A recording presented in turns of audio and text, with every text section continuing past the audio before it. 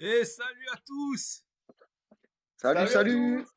Salut tout le monde! Salut, C'est toi salut! mes Lyonnais préférés! Bisous, bisous! Salut! Salut à tous! Putain, vous êtes déjà bien nombreux là dans le chat, là, ça régale. Salut Sergio! Salut Théo, il y a qui? Il y a le Seb. Il y a Seb aussi. Ah mais en fait c'est vous qui avez écrit, j'avais pas vu. Bon, j'espère que vous allez bien. Salut Ouman! Salut les gars, il y a Pasconix. Ah putain, mais il va Non, arriver, il va arriver. non, non, Ah non, non? Sconix, il n'arrivera pas, les gars. Il arrivera pas? Putain, Non, j'espérais qu'il soit là. Non, mais ça, tu il vois, a... c'est typique de Lyonnais qui n'est pas capable d'assumer, tu vois. J'en doutais pas, tu vois. Je serais pas là. Putain. Bon, j'espère que vous allez bien, les gars, que vous avez passé un très bon week-end. Bon, je sais qu'il y en a qui ont passé un meilleur week-end que d'autres, d'un point de vue foot. Mon Francky, il a passé un meilleur week-end que certains Lyonnais, ça c'est sûr. J'espère qu'en tout cas, vous êtes chaud pour ce soir. On va parler plein de choses. Petit programme du soir. Hop, on vous met le sommaire. On fait comme d'hab, on commence en douceur par l'apéro à la carte. On va parler des petites actus là, en deux spi. On va parler aussi, on va faire un petit point mercato. Ensuite, on va faire le grand bilan de la Ligue des Champions. On l'a catégorisé en deux parties avec le positif et le négatif de ce qu'on en retient. Donc, on va regarder ensemble. On va regarder aussi Lille. On va s'attarder sur Lille parce que justement, qui dit Ligue des Champions, la grosse partie de Lille. Donc, ouais, j'avais le- pas vu que j'avais je vu viens ça. de... Moi, je viens de voir le titre de Lille. C'est pour ça que je rigole depuis une minute. Tu sais quoi, j'avais pas le truc devant moi et j'avais oublié que j'avais mis ça tout à l'heure et je voulais changer. Bah finalement, bah ça sera ça. Et on finira aussi par Lyon. On va parler de Lyon. C'est ce qu'on vous avait dit la semaine dernière sur l'émission. On avait dit qu'on en ferait un plus gros sujet. On en parlera un peu plus en profondeur, notamment en plus c'était encore plus cohérent après le match d'hier parce que ça nous permettait de voir un peu déjà aussi si ça avait eu tout de suite un impact positif, on va dire une réaction de la part des joueurs. Bon, pas spoil non. Et du coup, on va en parler un petit peu plus aussi de Textor et de bah, qu'est-ce qu'il en est, quoi, tout simplement. Ensuite, on finit par les tops et les flops du week-end et on finira par jouer avec cartes les quiz comme d'habitude. Allez, on enchaîne. On commence par l'apéro à la carte avec toutes les dernières petites actus. En plus, il y en a eu plein d'intéressantes. Franchement, il y a plein de petits trucs à parler. Notamment, on va commencer dans l'ordre par Habib Bey. Habib Bey, on a eu l'info la Enfin, semaine dernière. Habib Bey à enfin. Rennes. Enfin, Habib Bey. Enfin, Moi, Habib Beye trouve un club et je suis très content pour lui que ce soit un club comme Rennes parce que du coup, il a les moyens. On en parlera tout à l'heure, mais Rennes a énormément recruté. Il arrive dans une équipe qui a un bon effectif et ce qu'il y a de bien, c'est qu'il peut très, très, très difficilement faire pire. Donc pour moi, il a vraiment rien à perdre et tout à gagner en prenant une équipe de Rennes si bas avec un effectif qui est capable de faire une remontada. Donc je pense que c'est un super choix pour Rennes et pour Beye d'avoir conclu ce contrat, quoi. ouais, moi je te rejoins, Franck. Enfin, un club qui va le chercher, plutôt que d'aller chercher les 80 derniers entraîneurs français qui étaient passés par la Ligue 1. C'est bien d'innover. Il avait fait du bon boulot avec le Red Star. Alors, même si c'était en national, on sentait qu'il y avait quelque chose. Comme tu as dit, il ne peut pas aller plus bas. Plus bas, c'est Le Havre et Saint-Etienne, donc c'est difficile d'aller les chercher. Il a gagné son premier match ce week-end. C'est toujours mieux de démarrer par une victoire. Je pense que ça va le faire. Le championnat est tellement serré qu'au final, ils sont même pas si loin des équipes qui sont plus hautes. D'un Toulouse qui est dixième, il y a que 8 points, ça peut aller vite. J'y souhaite de réussir. On verra, mais je pense que ça peut le faire, ouais. Oui, je peux le faire. Et surtout, il a de la matière. Il a quand même un bel effectif. Il a Ouais. quand même, on en parlait juste avant là, qu'on lance l'émission. Ils ont un bel effectif. Ils ont un effectif quand même par rapport aux concurrents du maintien bien meilleur. Ah non, Donc mais il devrait être plus haut. ils, ils ont un effectif pour jouer l'Europe, hein, pas pour jouer le maintien. Ouais. Ouais, Et en exactement. plus, on en parlait juste avant, ils ont pas mal dépensé. Ils ont encore dépensé cet hiver là. Ils ont recruté pas mal de mecs. Alors, on a vu là juste avant qu'ils avaient recruté pour 80 millions d'euros là, cet hiver au total. Ça a vite monté entre Fofana, les Samba et là les derniers Rouault, etc. Il y a même Koné là qui arrive de Marseille. Ouais, entre Ouais. Brassier et Koné, ils vont récupérer vos top éléments en plus là. Putain, ouais, papier cadeau, allez, tenez. Non, mais en vrai, c'est bien pour eux. On en parlera sur le point mercato, mais Ils n'avaient pas le niveau pour Marseille, mais pour Rennes, c'est parfait. Eh ben écoute, ouais, j'espère que Bay, ouais, ça va marcher, qu'il va arriver à poser ses idées. Déjà, ce qui est important, c'est qu'il ait gagné ce match là ce week-end, son premier match, comme ça permet de bien le lancer. Ouais, mais Et gros match la semaine prochaine, gros match. Match important dans le sens où il doit enchaîner contre Saint-Etienne. le fait qu'il n'ait pas de pression aussi, c'est quand même bien de se dire que il ne peut que monter parce que derrière, je ne pense pas comment tu peux terminer plus bas. Donc ça, c'est bien pour lui. Et aussi, on n'en a pas parlé quand on dit que Bay à Rennes, mais si Bay à Rennes, ça veut dire que Sampaoli n'y est plus.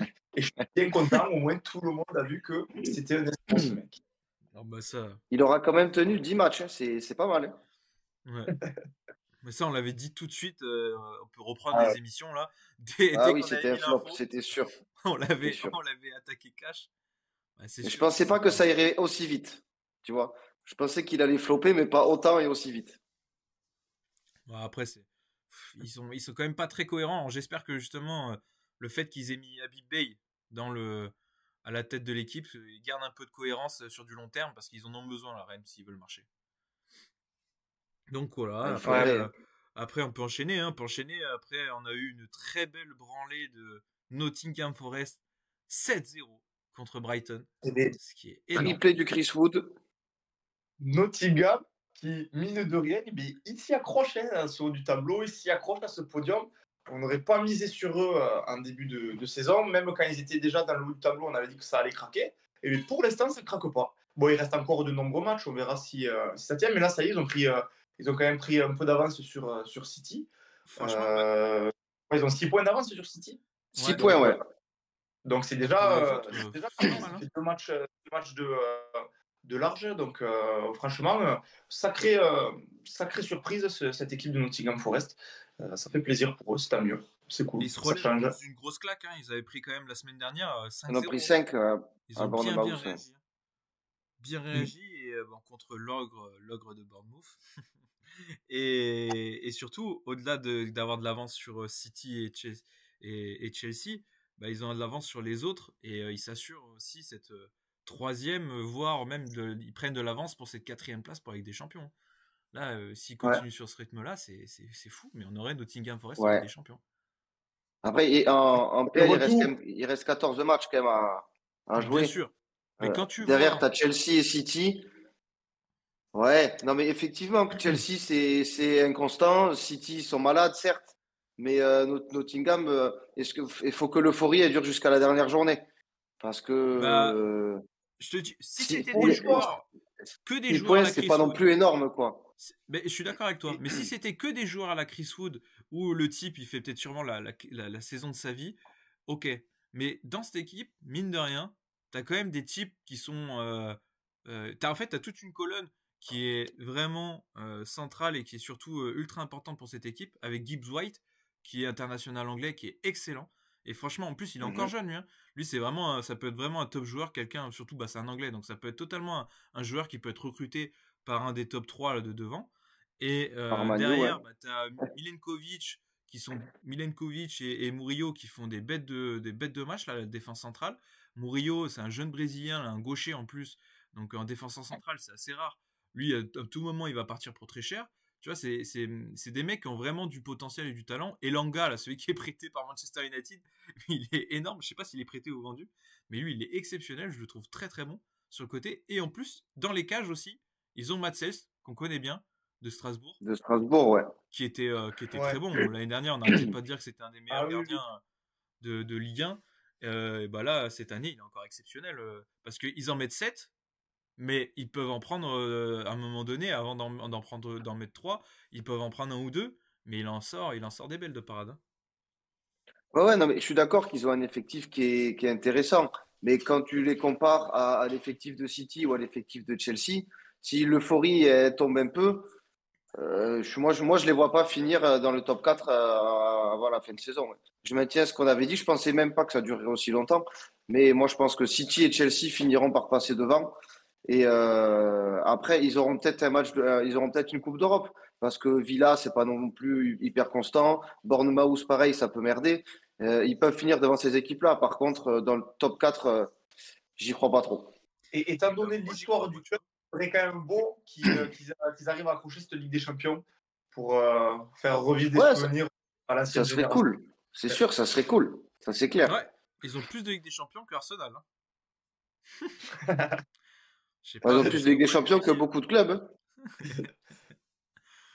Ah, c'est pour ça que tu rigolais pas trop, Cyril. Je me disais, Ah il non, mais ils en rigolait ont pas trop, deux mais déjà, je crois, non? effectivement.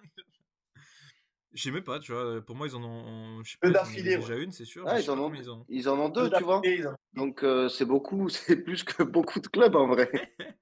C'est sûr, c'est sûr. Euh, on va partir de l'Angleterre, on va aller en Italie. C'est vrai qu'il y avait le gros derby de la Madonnina de Milan, Inter Milan AC Milan, un partout, gros match apparemment. Je sais pas si Et vous avez regardé. égalisation de l'Inter dans les arrêts de jeu. Ouais, moi je me suis maté, Ouais, et mais ben je me suis maté un ultra gros mérité. Hein. résumé.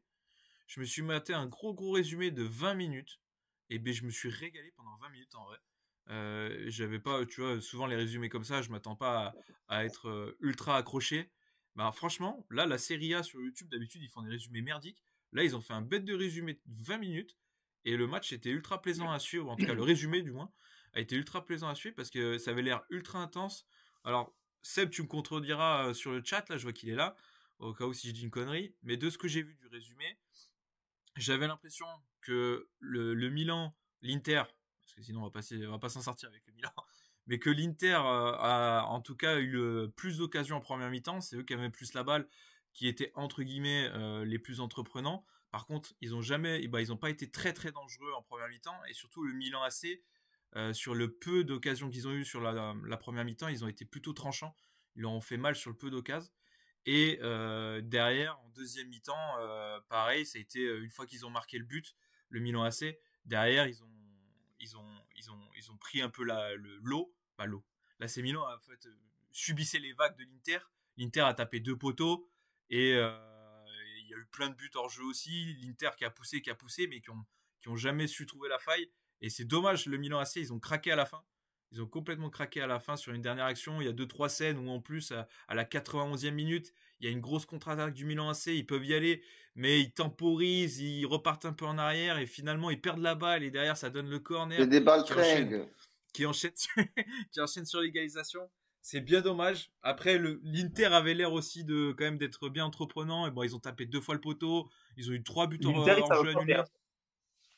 L'Inter ne sait pas perdre. Ouais, exactement.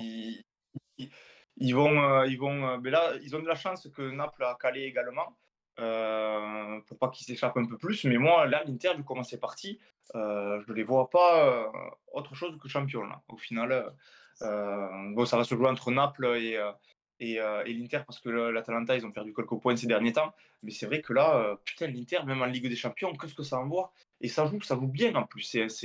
C'est des beaux matchs chaque fois. L'Inter, c'est une équipe qui est solide depuis plusieurs saisons là, maintenant. Hein. Ils ont récupéré un titre, ils ont fait finale de Ligue des Champions.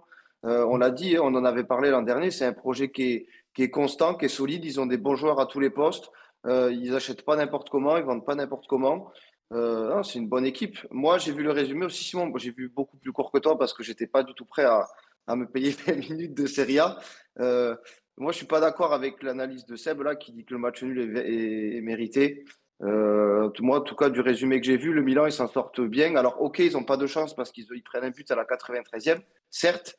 Et sauf que pendant les 90, 12 minutes d'avant, ils peuvent en prendre 5 des pions.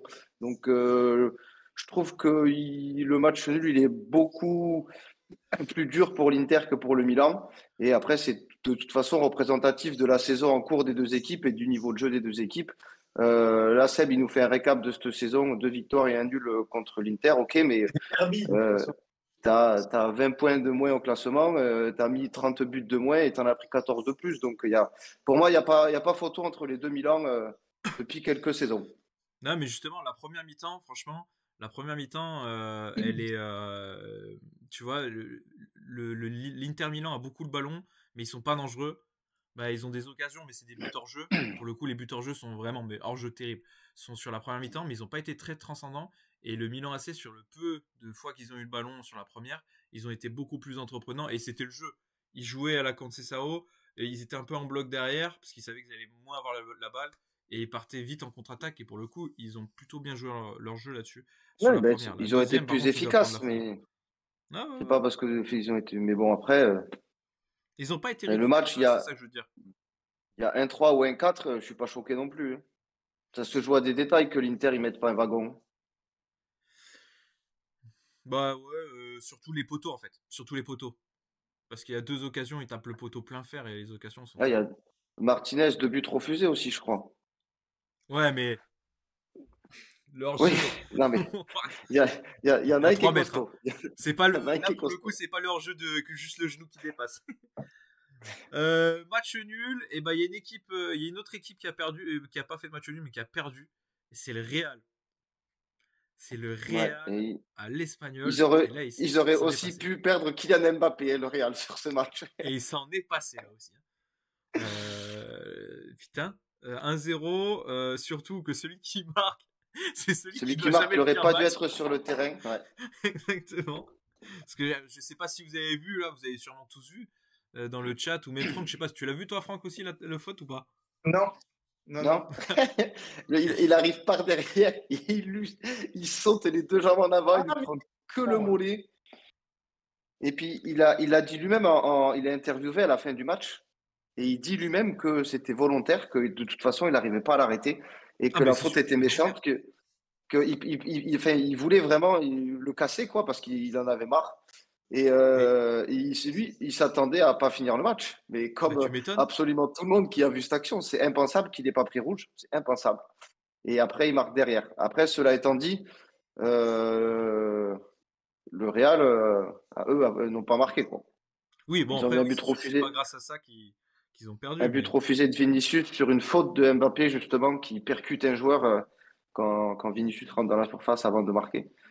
Mais ouais, le Real, ça cale un peu avant d'affronter l'Atlético le week-end prochain.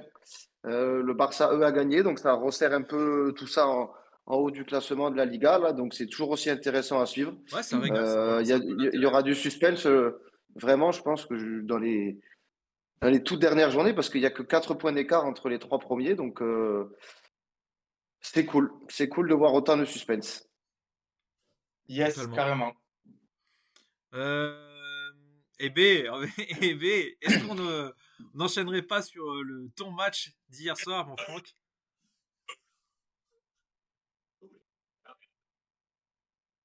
Ah putain, il a mis le son. Tu l'entends, toi? Je sais pas ce que tu as mis à l'Artigus, mais on n'entend pas. On t'entend pas, Franck. Hein? On On n'entend n'entend pas la pas musique. Vous que pouvez t'as pas mis. entendre. Vous Ah, m'entendez pas? le lion est mort ce soir, Tami. Ouais. J'entends vite fait des notes, mais on n'entend que dalle en vrai. Le lion est mort ce soir. Oh non! Quel dommage, putain. Je le rajouterai sur YouTube. Pour qu'on ait le truc comme il faut. Non, mais ouais, un Olympico de plus pour Marseille. C'est la 5e victoire sur les 6 derniers matchs. Certes, il y a une rivalité, mais bon, maintenant, Lyon n'est plus au niveau de l'OM, il faut se le dire. Ça fait plusieurs saisons qu'ils sont en dessous. Donc voilà, hein. Allez, l'OM, tout simplement. En plus, il y a eu beaucoup de première mi-temps de merde, hein, on est d'accord, Simon? Première mi-temps mi-temps de de merde. merde, ouais. Ah ouais, ouais. Première mi-temps Par contre, très la très seconde nulle. mi-temps, là, ça a régalé. Ah ouais, totalement. Totalement. Première mi-temps merdique. Franchement, pas. Il y a trop de fautes techniques, trop d'imprécisions. Pas trop de prise de risque non plus. Quentin Merlin qui des fois se retrouve à 1 contre 1, bah hop, se retourne et repasse derrière. Il y a trop de scènes comme ça, donc pas intéressantes. Par contre, la deuxième, il y a eu de l'intensité, il y a eu du jeu, ça a été un peu plus juste techniquement. Surtout, il y a eu tout simplement, il y a eu des buts. Il y a eu des buts, donc ça a pris un peu, ça s'est un peu emballé. Et après, une belle victoire, hein. 5 buts en une mi-temps, c'est régalant, hein. Donc, Ouais. non, très beau match. Moi, je me suis bien regardé. En plus, il y avait une belle ambiance aussi. On entendait bien la télé. Ça me régale, honnêtement, parce que moi, je regarde du coup beaucoup la première ligue. Et des fois, Canal, je sais pas ce qui branle. Ça m'énerve. Il te coupe un peu le stade et t'entends rien. T'entends pas le stade, mais vraiment, quand t'entends rien, t'entends rien. Simon, Et ça, c'est Simon, chiant. il y a moins d'ambiance. Il y a beaucoup moins d'ambiance. Mais non, mais c'est pas ça. C'est que Tout ça simplement. y joue. Non, mais si, mais ça y joue parce que des fois. Non, parce que justement, des fois, ils se trompent. Ils annulent, ils remettent le commentateur en ne diminuant pas le son. et t'entends que du coup que le stade et t'entends plus le type. Et en fait, ils gèrent trop mal leur son, Canal+. Alors que là, DAZN, pour le coup, c'est bien géré. Et ça te met bien dans l'ambiance, tu vois, ça met de l'attrait au match. C'est beaucoup plus agréable à suivre. Bon, et en plus, il y avait Ouais, mais sûrement une bête d'ambiance au stade hier. Hein.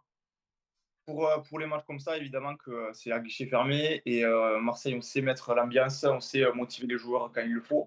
Là, ça a été le cas, c'était absolument fou, on entendait du bruit de ouf dans les tribunes. La première mi-temps, elle n'a pas été folle. La seconde mi-temps, Lyon commence à mettre le premier but. Et ils ont même la possibilité, juste après, de mettre un second qui aurait pu vraiment, je pense, nous tuer.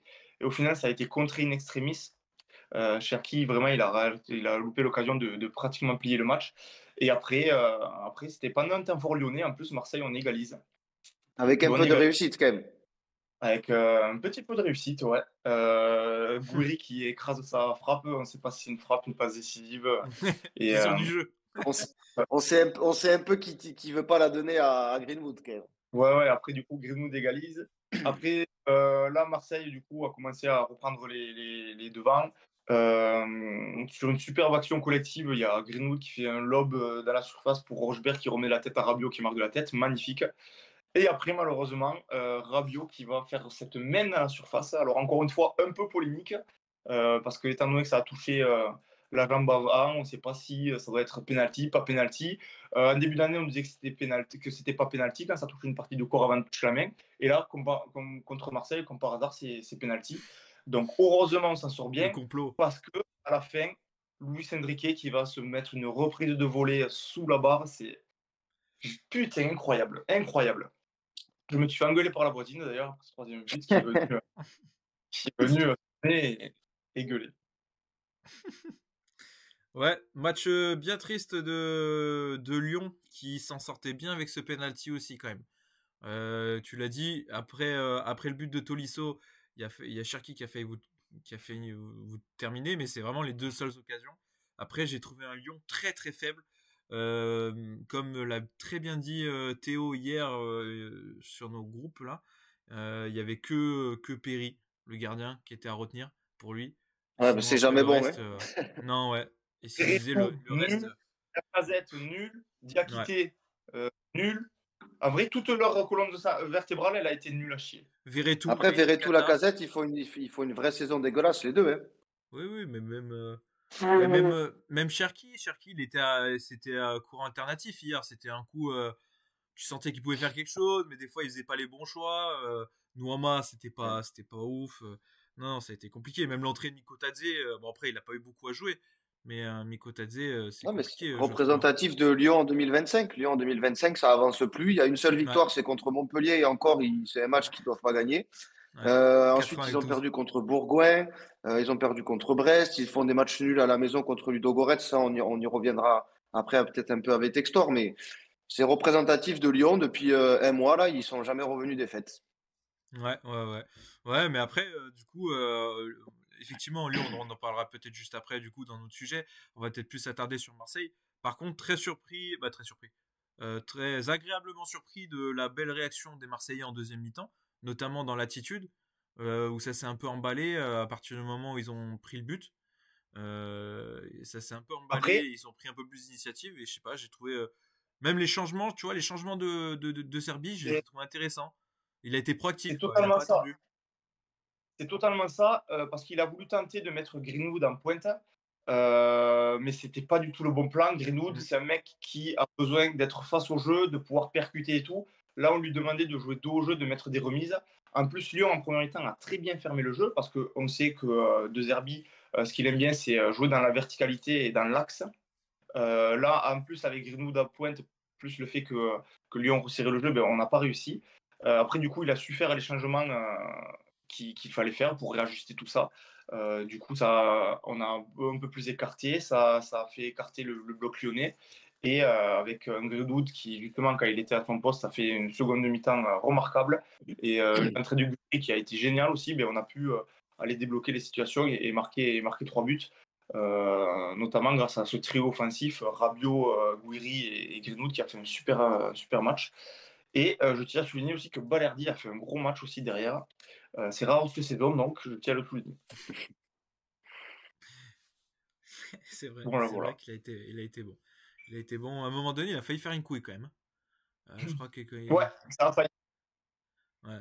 Mais Mais non, c'est- non, c'est mais- vrai qu'il a été bon. Il a été solide dans ce qu'on lui a demandé de faire.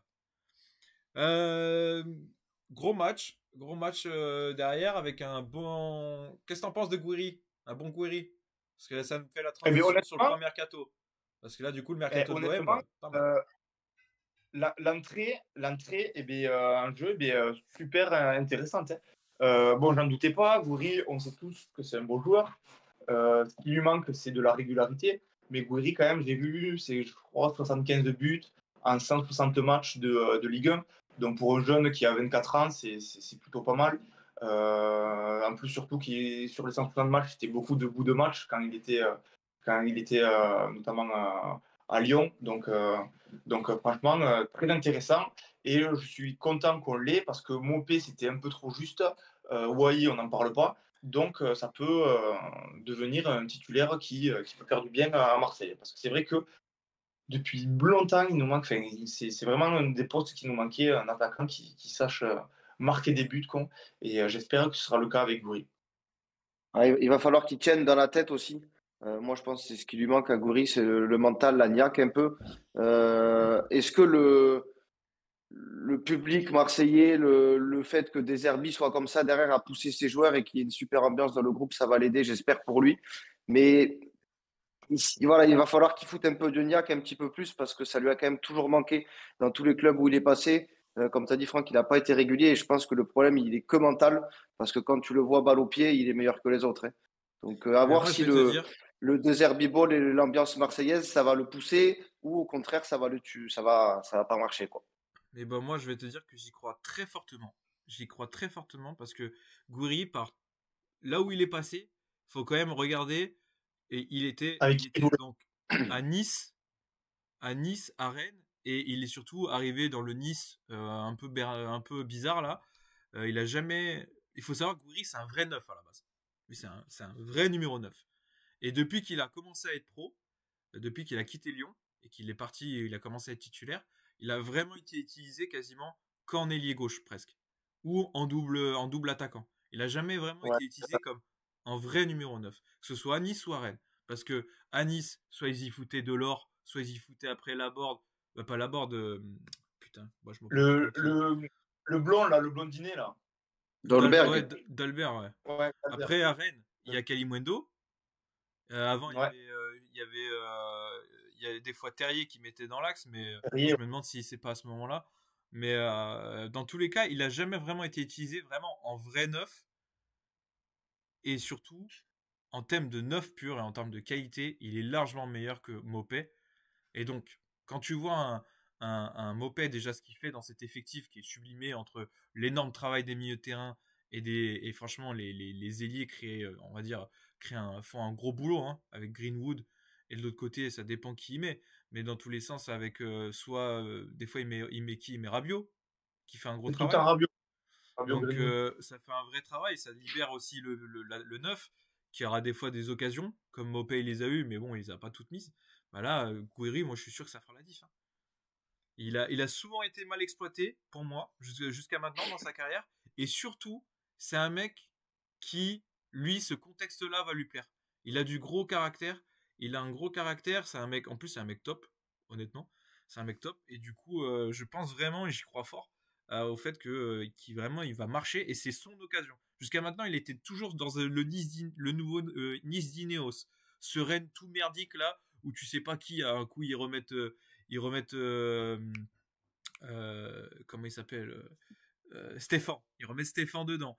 Il a eu tout le monde à Rennes, il a eu je sais pas combien de coachs. Donc je suis sûr que là c'est à Marseille avec deux services ça va fonctionner.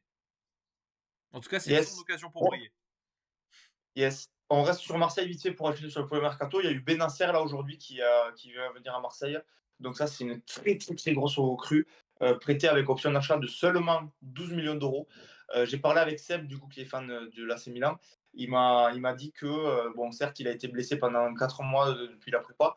Il est revenu pour le dernier match de Fonseca, qu'il était rentré en première mi-temps et que c'était le seul mauvais match qu'il avait fait, mais parce que c'était la reprise. Et que depuis, sous Conceição, eh bien, il est énormément à l'aise. avec Fofana dans l'axe, ça marche hyper bien et que justement il était dégoûté qu'il parte parce qu'il revenait bien, que certes il lui fallait encore un peu de temps, mais que c'est quand même une très très grosse recrue et je pense même qu'il va peut-être venir mettre un peu un rongé sur le banc hein, s'il reprend son niveau. De toute façon, on l'a vu il y a 2 ans, c'était un phénomène. Il y a Paris qui voulait le recruter pour, je sais pas, 60 millions d'euros, je crois, peut-être plus, je sais plus. Mais ouais, c'est un sacré joueur et très content d'avoir fait ce coup-là.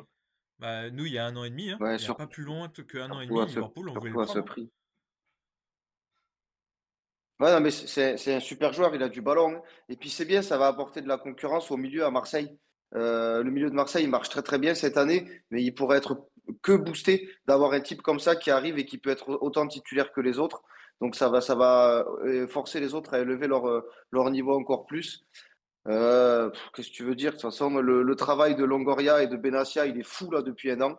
Tout à l'heure, Franck, il nous faisait la liste des joueurs qui sont arrivés à Marseille depuis l'été dernier. Il disait lui-même que c'était incroyable, quoi. Mais de toute façon, il n'y a pas d'autre mot. C'est incroyable. Ils ont réussi à totalement relancer l'engouement pour cette équipe, un engouement qui avait été perdu, faut le dire. Euh, En allant chercher deux Herbie, ils se sont permis d'aller chercher tous les types derrière parce que lui, il doit avoir une façon de parler, une façon de vendre le projet qui excite tout le monde parce que tout le monde a envie de venir. Donc ouais, chapeau au bord de Marseillais pour le coup. Ils sont en train de faire une vraie équipe et si ça continue comme ça dans les mois et les années qui viennent, eh ben, on aura peut-être enfin de la concurrence en Ligue 1 pour Paris. Ouais, tu vois, c'est ce que dit Parce aussi que Oman dans le chat. Il dit que depuis 2020-2021, c'est quand même fragile dans le sens où il est souvent blessé, effectivement. Mais malgré ça, ça reste un bon coup parce que, comme tu dis, hein, 12 15 millions. millions, c'est un nom, c'est que dalle, c'est 15 millions, c'est un vrai nom, c'est un vrai mec. Ça a même de l'intérêt dans le vestiaire. Tu fais venir un mec qui a connu quand même pas mal de matchs de Ligue des Champions, un mec qui a fait beaucoup de cannes aussi. En plus, c'est un gars qui va jouer pour Arles. Bah, Cannes, ça t'a fait rire, ça. non, non, mais en plus, je suis d'accord sur Benasser. C'est un top choix pour moi. C'est une belle recrue. Il est pas cher. Puis en plus, c'est un prix avec option d'achat. Je sais pas si l'option d'achat elle est obligatoire. Je n'ai pas vu. Je Mais sais pas. si elle n'est pas obligatoire, tu n'as rien à perdre. Au pire, voilà, c'est 1 million en prêt sec. Et puis voilà, tu aurais essayé. Non, c'est un bon coup. Et c'est dans la poursuite d'idées de Marseille. Même si je pense que pour finir le mercato Marseille, là, il faudrait qu'ils aillent chercher un peu derrière. Parce que derrière, c'est un peu plus juste. Oui, mais justement, on a viré déjà Brassier quand je joue pas une. On a viré les nuls en fait. On a viré Wally, on a viré Brassier, on a viré Oui, Koné, que mais je sais faut, pas faut, si c'est faut, bon ou faut, pas. faut acheter aussi. Parce que Ouais, là, ouais, si ouais. tu as un blessé, là, tu as un Cornelius ou un Balerdi qui se blesse, euh, et ben, tu es dans la merde. Tu peux faire redescendre Højbjerg en défense, mais faut pas que les types ils soient blessés 6 mois, quoi. Ouais, effectivement. Mais bon, ça Pour... ça va attendre l'été prochain. On n'est pas pressé. Petit à petit, l'oiseau fait son nid. Ouais. Pour rester du coup, pour faire le Et petit l'oiseau point fait cri-cri mercato, aussi. pour faire un petit point mercato, il y a eu quand même aussi deux trois mouvements assez intéressants dernièrement, avec l'arrivée à Aston Villa aussi de Rashford Rashford. et de Asensio, le prêt de Ouais, Asensio et de forme. Rashford. Ouais. À voir ce que ça donne, hein, parce que Rashford, on n'a pas de nouvelles. Hein. Je sais pas si vous avez des nouvelles de lui, Non, mais je sais même plus à quoi il ressemble, moi.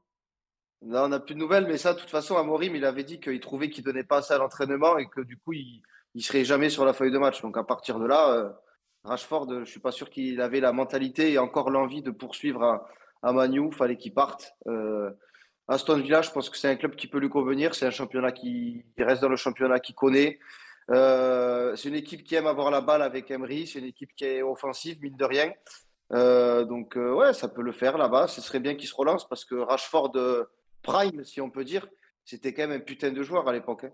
Ouais. Rashford Mais de 2020, 2021, c'était un sacré joueur, hein. il recrute deux offensifs, c'est pas forcément celui qui.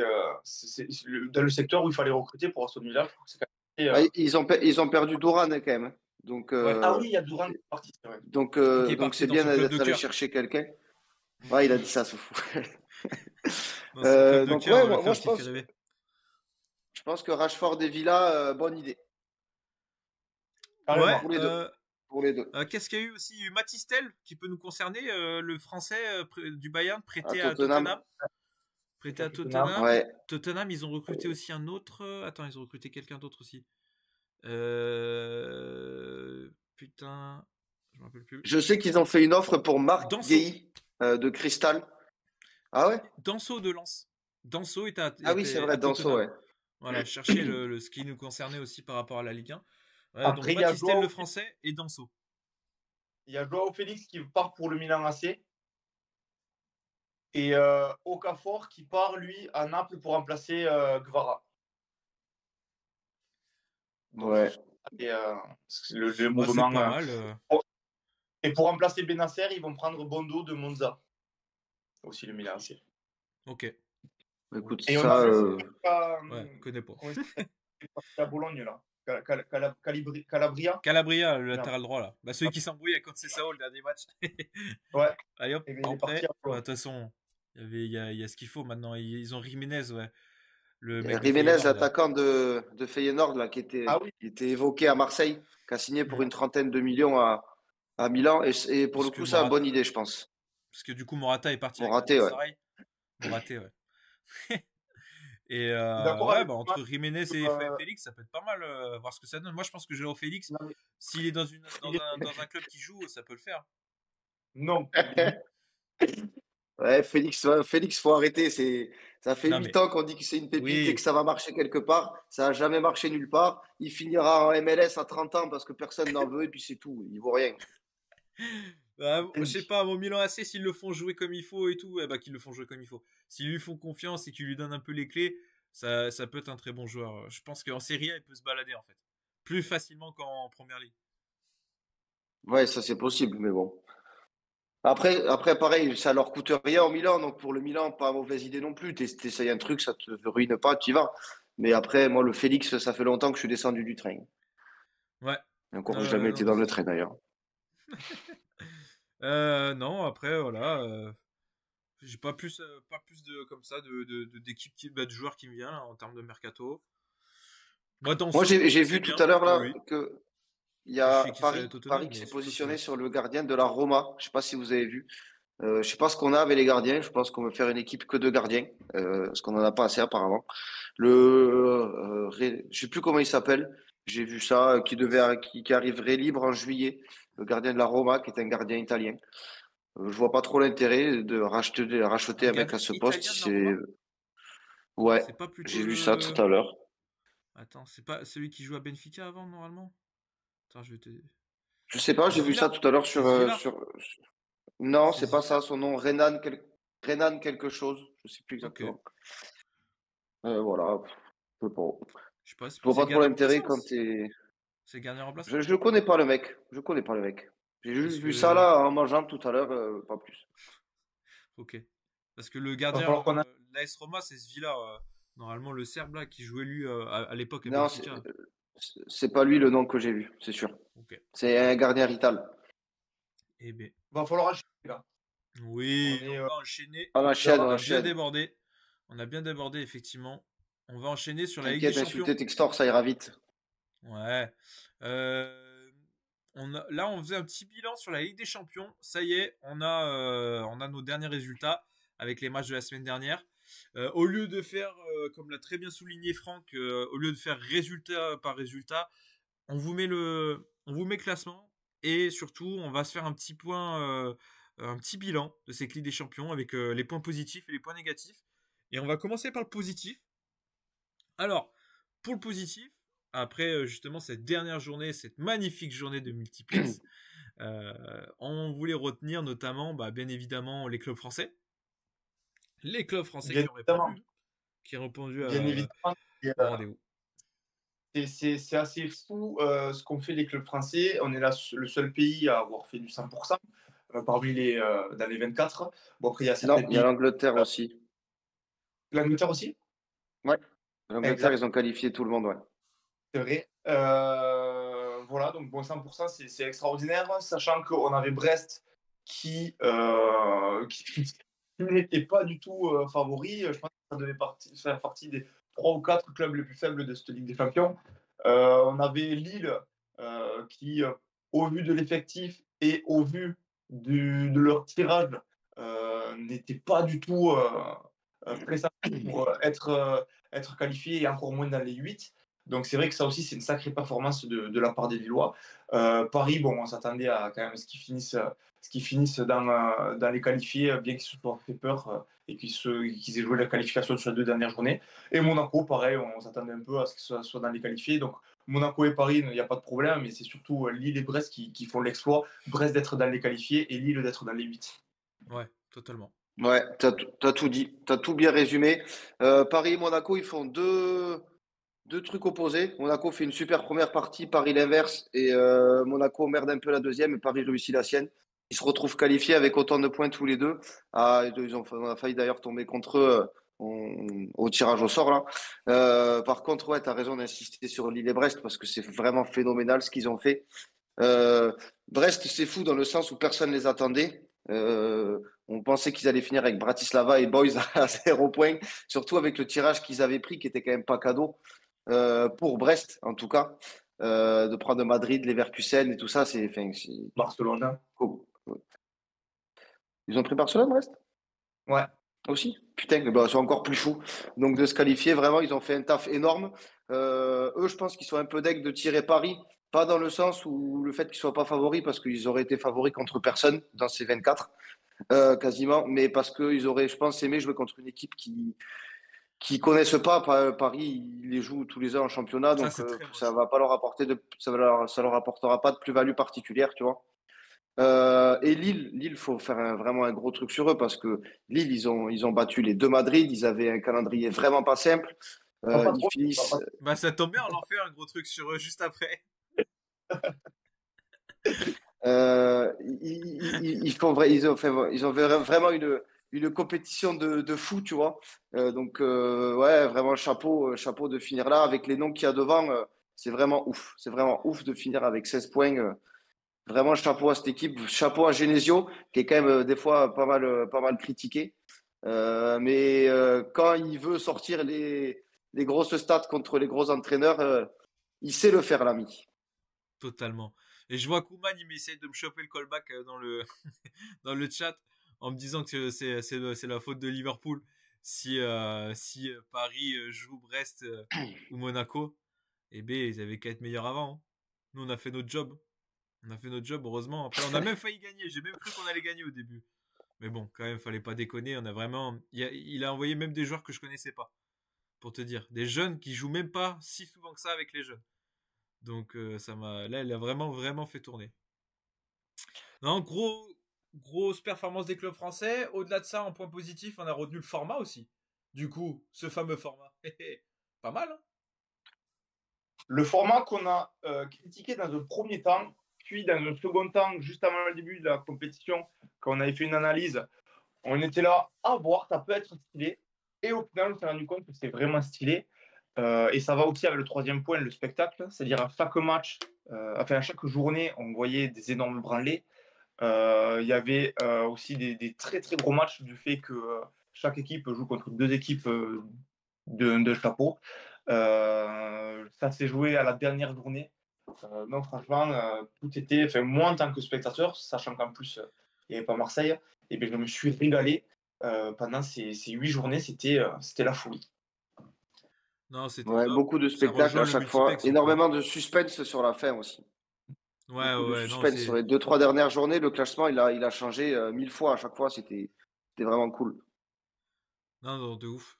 Je me souviens au début, Le, on savait pas trop comment se positionner, dans le sens où même pendant les matchs, pendant les premiers matchs et tout, ouais, ok, bah là tu gagnes, là tu perds, là ça fait match nul, mais bon, qu'est-ce que ça donne vraiment? On savait pas trop en fait se projeter, mais finalement c'est génial parce que du coup, tout au long, ça nous fait que des belles affiches presque, et surtout Ouais, ça nous met de l'enjeu à chaque fois parce qu'on sait que mine de rien, maintenant on va avoir plus de recul vu qu'on a eu une première expérience, on va savoir que chaque match en vrai compte, tous les matchs comptent. ouais, c'est ça, Et ça exactement. régale. Le moindre point, le moindre but, parce on voit même que ça se joue beaucoup sur la mais oui, différence de but, et bah, le moindre but compte. Et ça, franchement, pour le coup, c'est très stylé. Non, mais c'est hyper vrai ce que tu dis, parce que je pense notamment au Dynamo Zagreb. Le Dynamo Zagreb, il y avait une intelligence artificielle qui avait fait des calculs, qui avait fait 10 000 possibilités, et il y avait 99, plus de 99% de chances que quand tu as 11 points, eh bien, tu te qualifies. Et le Dynamo Zagreb, il faut encore plus le regretter, parce qu'il y a une journée où il rate un penalty, il y a d'autres journées où Ils ont pris une valise contre le Bayern ouais, aussi. ils prennent une valise dans le Bayern, contre le Bayern. Il suffisait juste qu'ils ne prennent pas ces quelques buts ou qu'ils mettent les pénaltys quand il le fallait. Et ils auraient pu au final passer devant Bruges à la différence de points. Donc comme tu dis, chaque but compte. En plus, là, euh, on ne s'attendait pas quand même à ce que ce soit autant serré et qu'il y Ouais, ait du suspense vraiment jusqu'à la dernière journée. je, Parce que je par me exemple, demande si les prochaines années, est-ce que ça sera autant serré, tu vois, parce que là, entre le sixième et le 18e, il y a 3 points. C'est ouais, rien, Ouais. 3 points. et, Bah, euh, justement, et- et- et on va en entre parler la, entre dans le négatif, hein. C'est peut-être une des explications de certains points négatifs qu'on abordera tout à l'heure, hein. Je pense que c'est ça, hein. ouais.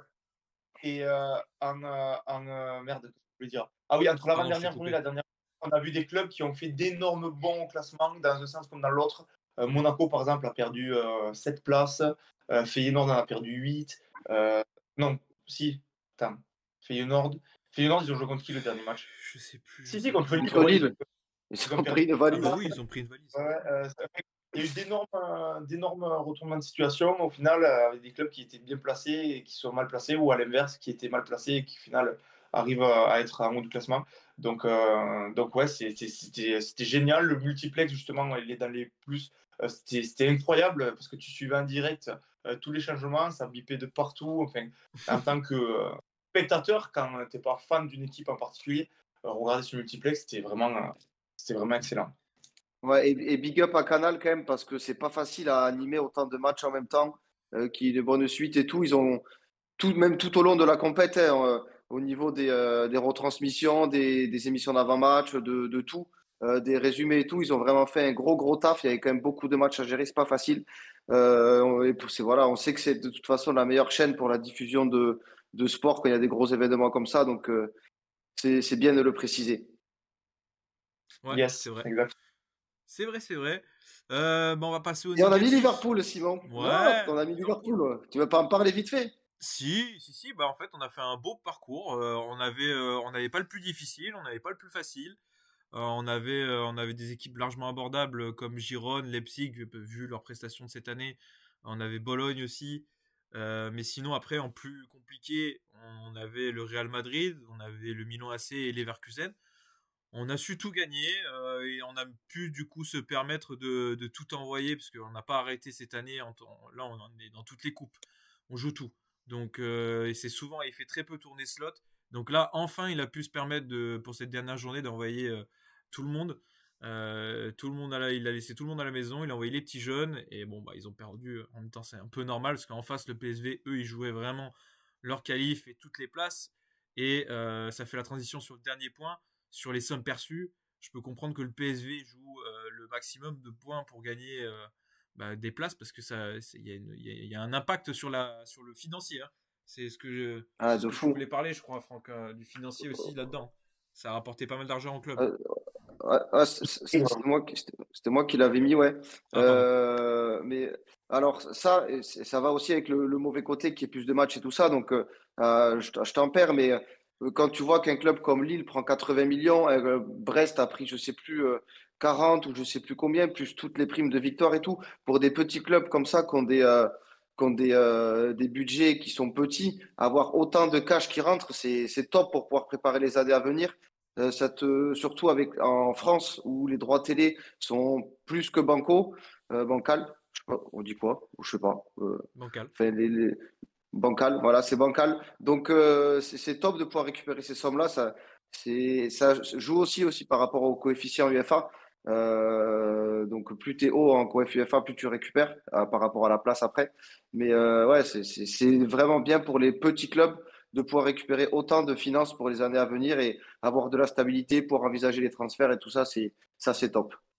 C'est vrai, c'est vrai, c'est vrai. Et ça me fait, t'as raison, la transition sur le négatif, sur la deuxième partie de ce bilan.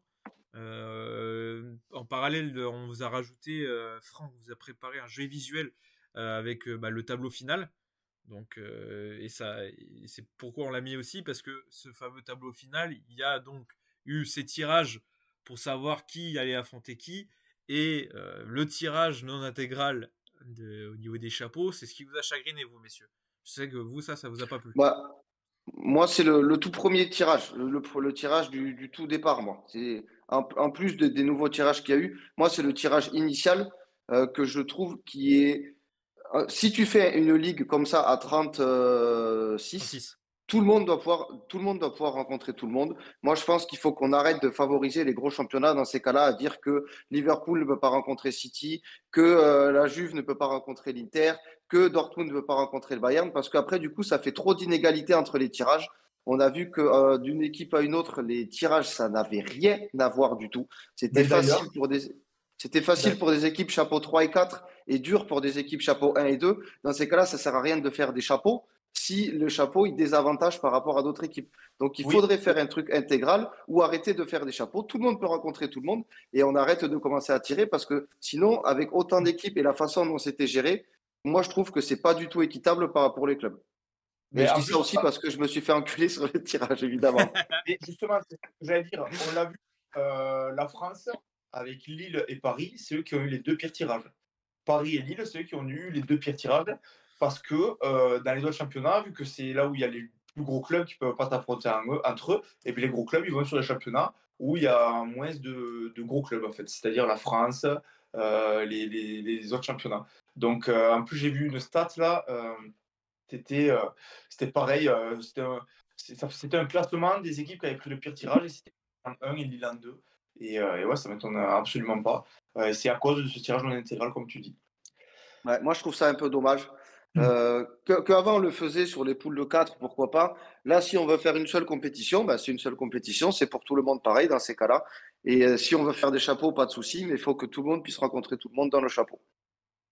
Après, je Yes. sais que ça se fera pas, mais j'aimerais bien, quoi. Je trouve que ça, Ouais, c'est un j'essaie moins de de, la compète. tu vois, j'essaie de m'imaginer le truc. Je sais, moi, cette histoire de chapeau, je trouve qu'elle est, j'aime bien aussi, hein, parce que du coup, ça permet quand même de Non, catégoriser les les clubs. chapeaux, si tu veux.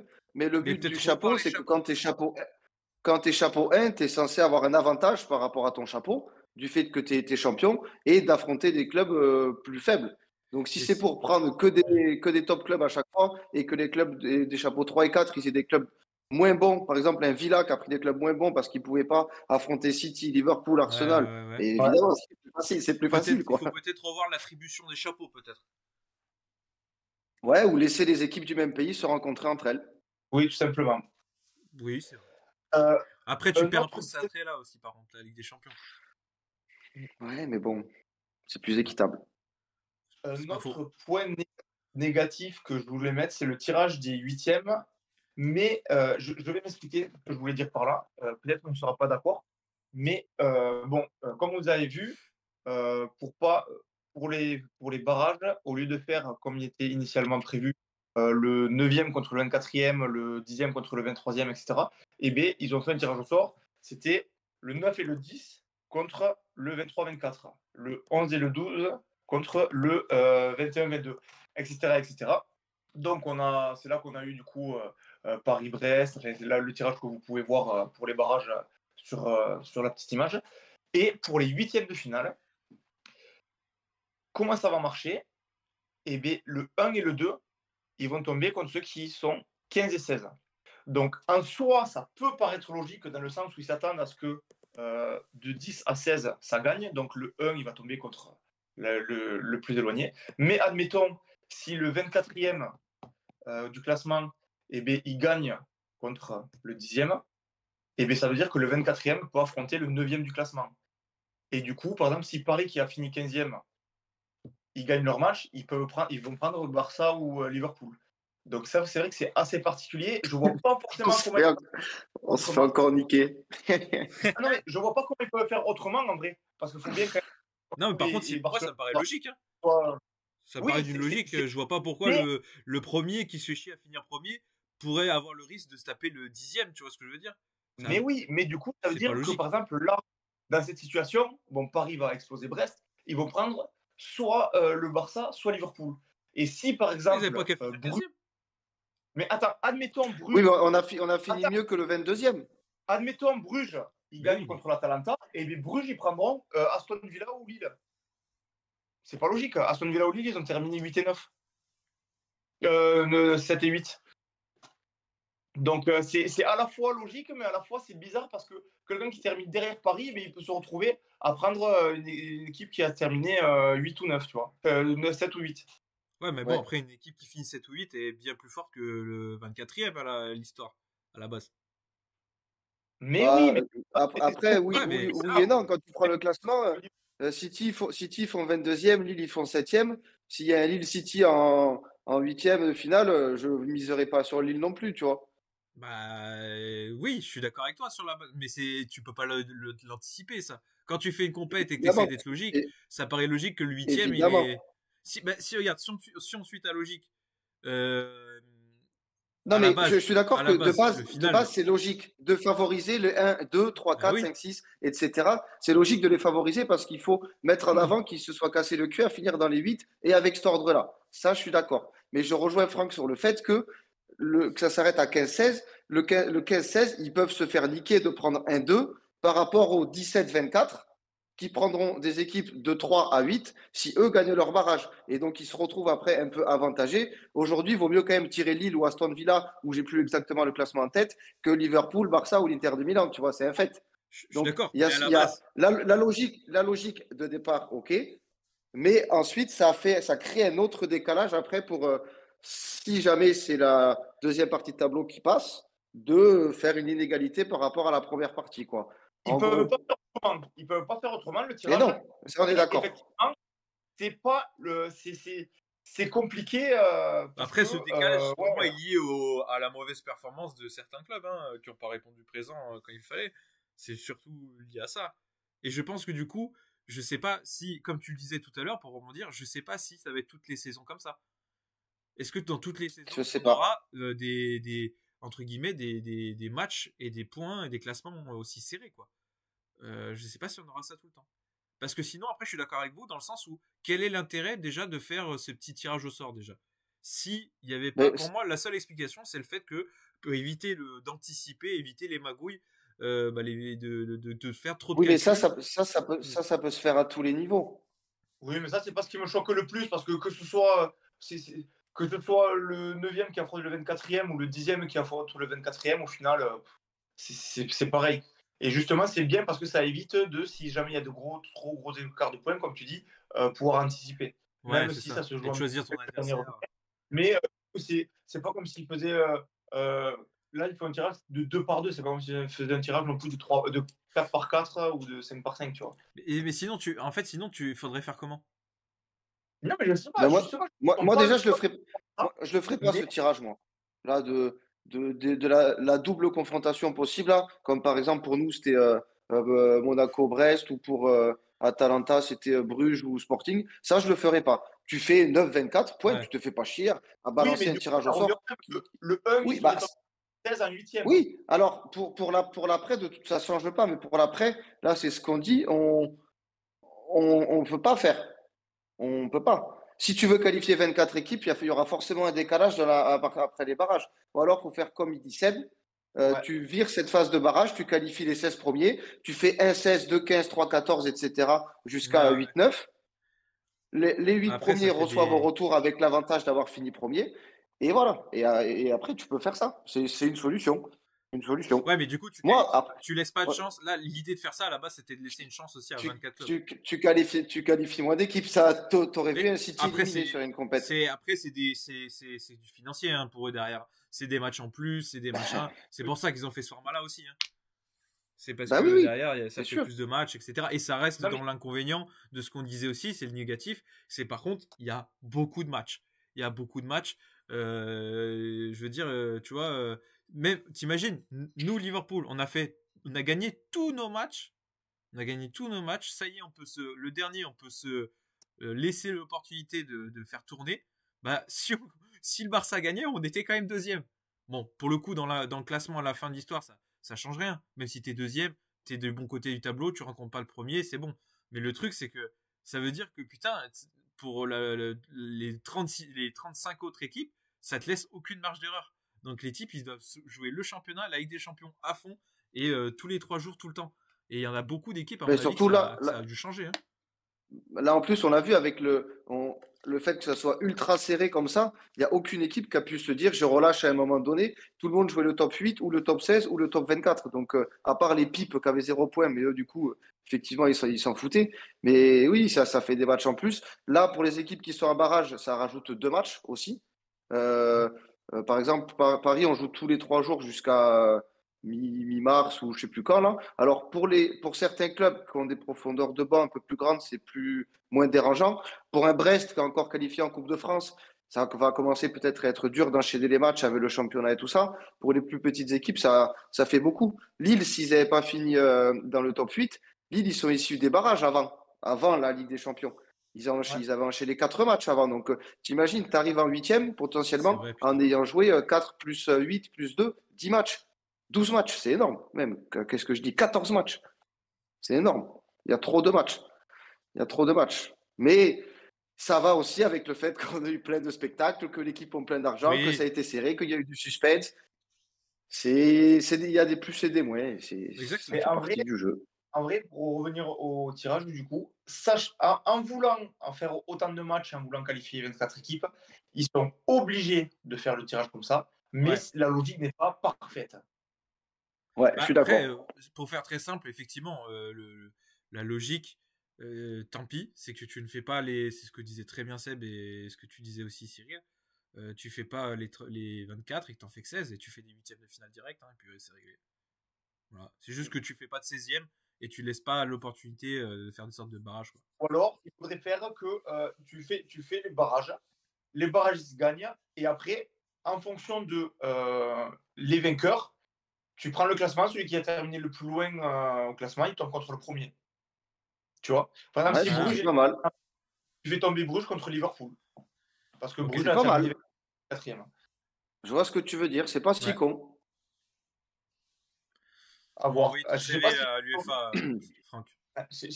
Non, mais je sais pas comment si ils sont sûrs de faire ça sur les autres années, si là c'est un peu une phase de test ou pas. Mais c'est vrai qu'ils devraient y réfléchir, parce que je pense qu'on n'est pas les seuls à se poser la question de c'est pas trop logique, quoi.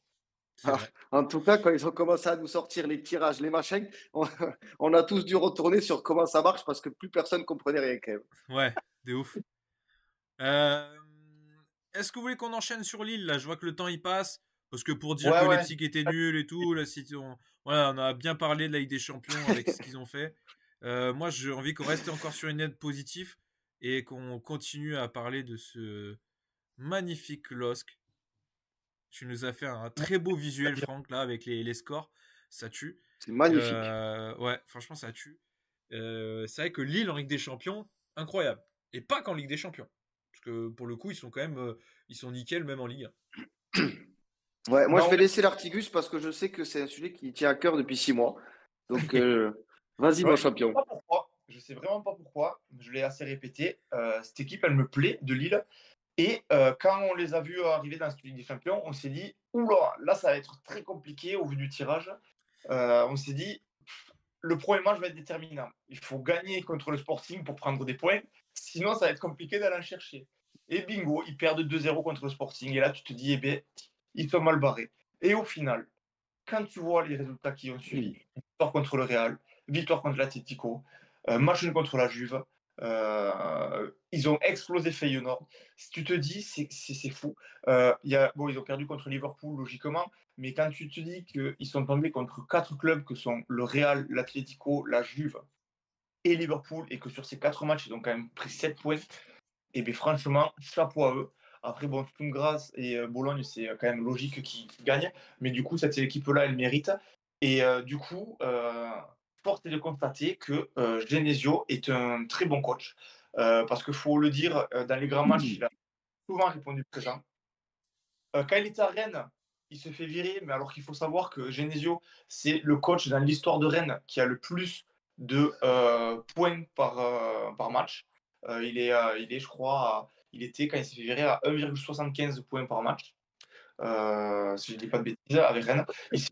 Il avait enchaîné quelques contre-performances d'affilée.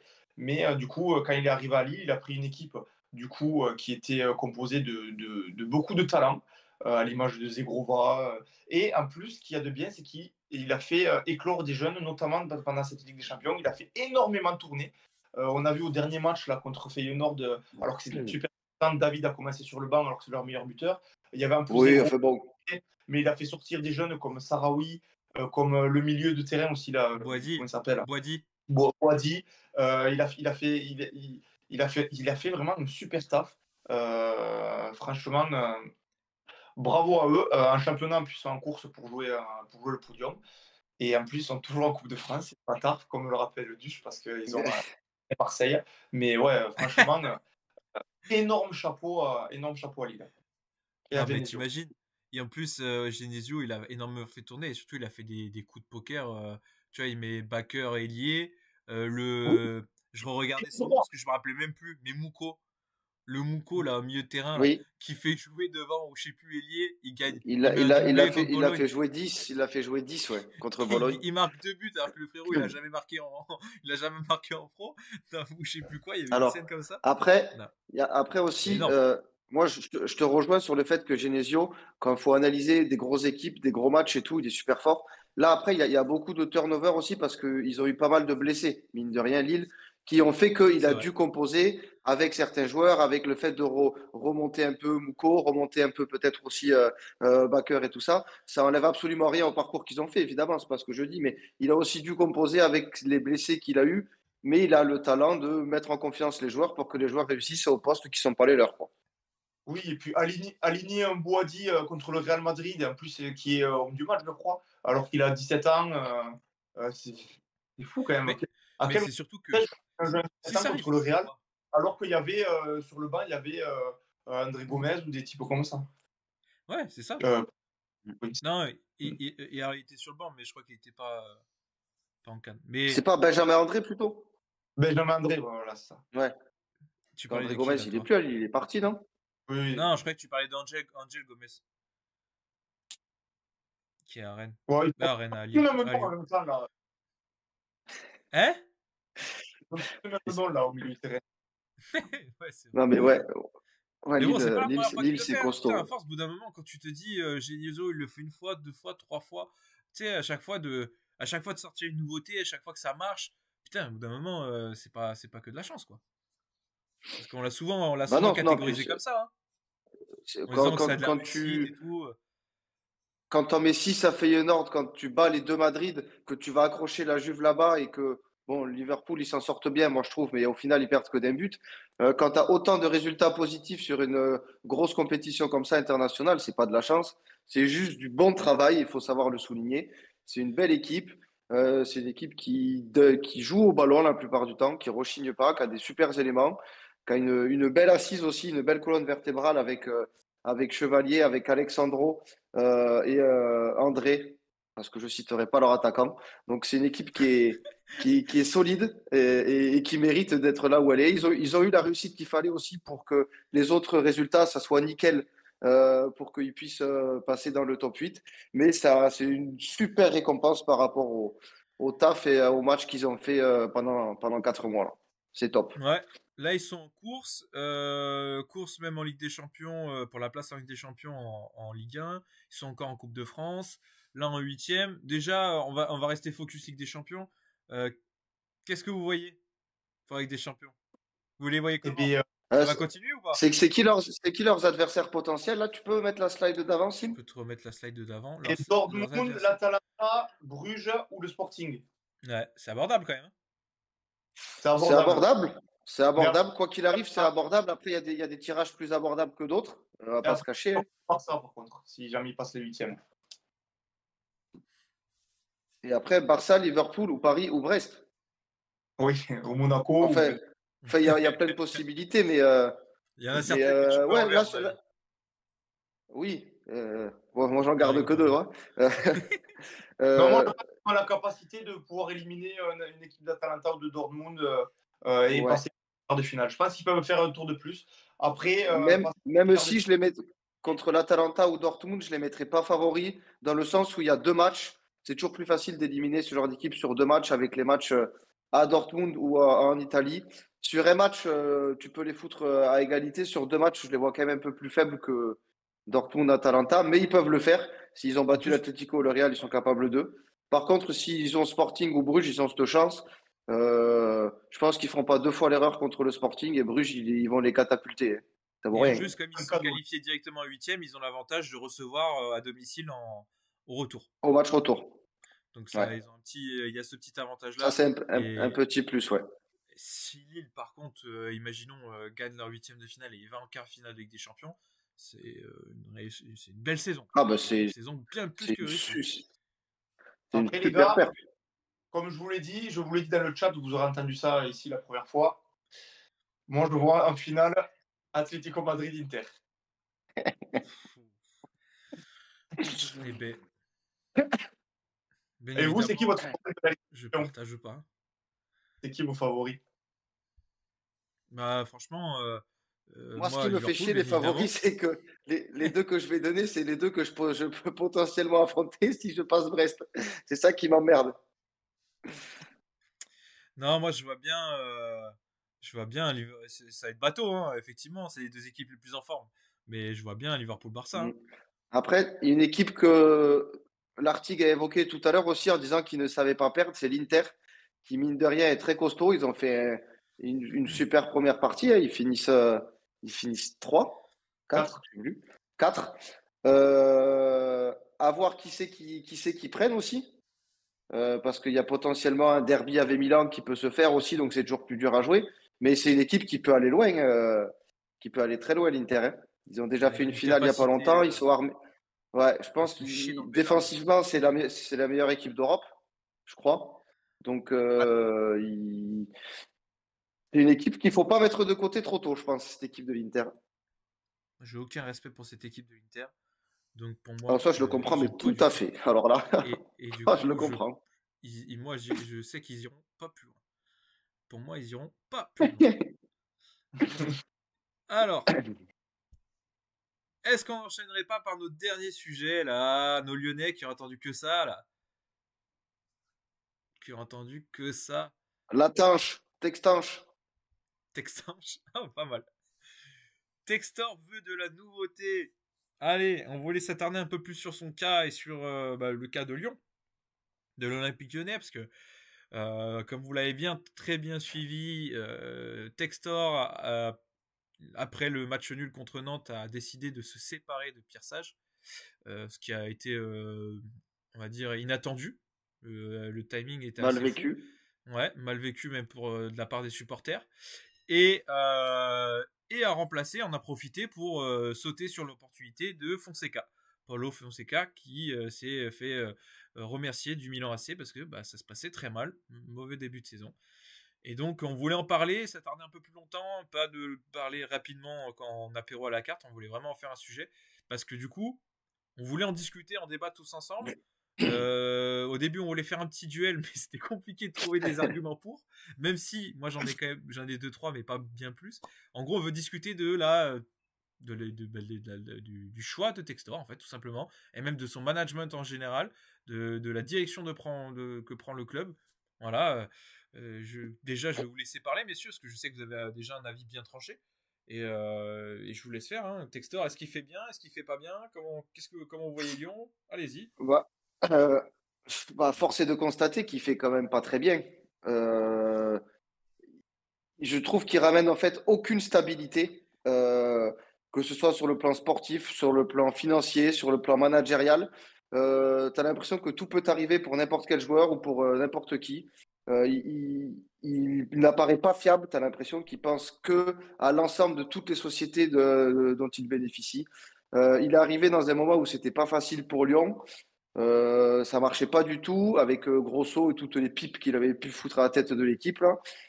Il va choper Sage dans le staff de Lyon. Sage fait un travail phénoménal pendant un an. Il rate 4 matchs, il le fout dehors en voyant que Fonseca est dispo. Ça laisse juste penser que pour lui, Sage, c'était que un écran de fumée, un truc tremplin, que ça lui a bien servi pendant ce temps-là, mais que humainement, il n'en avait absolument rien à foutre, que ce soit pour les joueurs, pour les supporters ou pour le coach en lui-même. Parce que dès qu'il a eu la moindre opportunité de le foutre dehors et de récupérer un mec un petit peu plus huppé, on va dire, en termes de nom, il l'a fait. Ça, c'est pour le plan sportif. Voilà, Lyon, ça marche pas. Trois semaines, tu vires ton coach. Je vois pas comment tu peux amener la stabilité sur du long terme.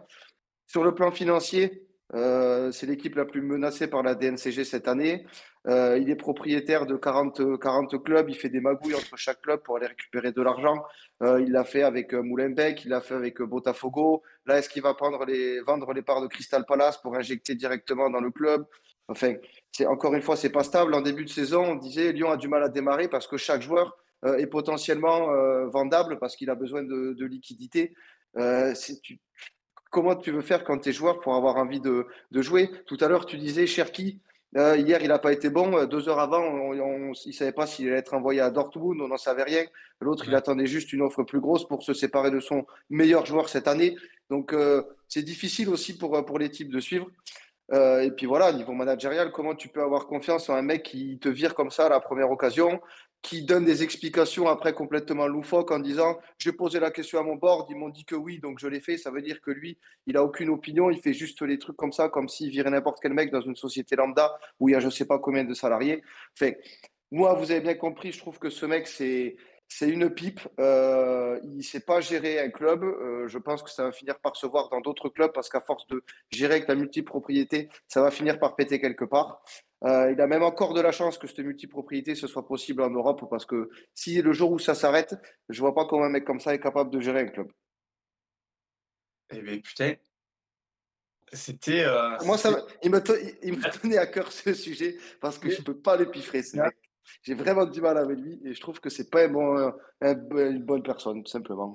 Non, effectivement, il n'y avait pas le feu de virer Sage, bien au contraire. À ce moment-là, quand il l'a viré, il était à 3 points du podium, qualifié pour les huitièmes d'Europa League.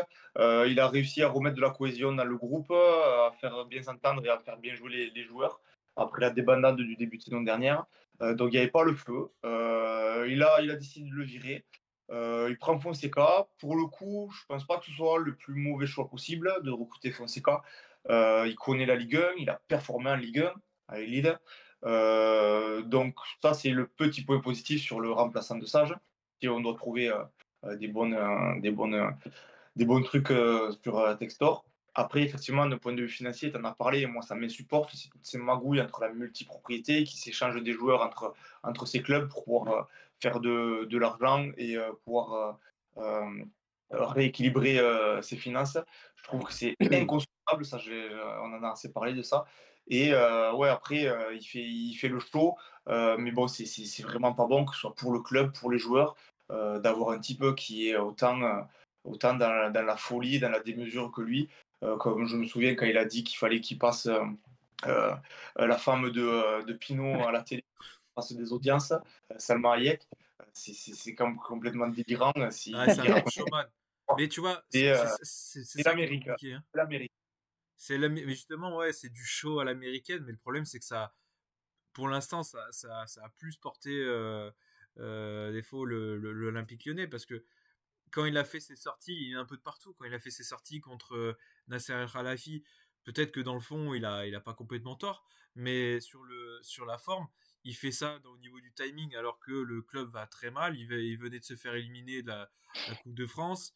Derrière, tu as du coup sûrement le clan El Khelaïfi qui a contre-attaqué en sortant des trucs, tu vois, en sortant des trucs sur Cherki, ça a déstabilisé ton meilleur joueur du moment.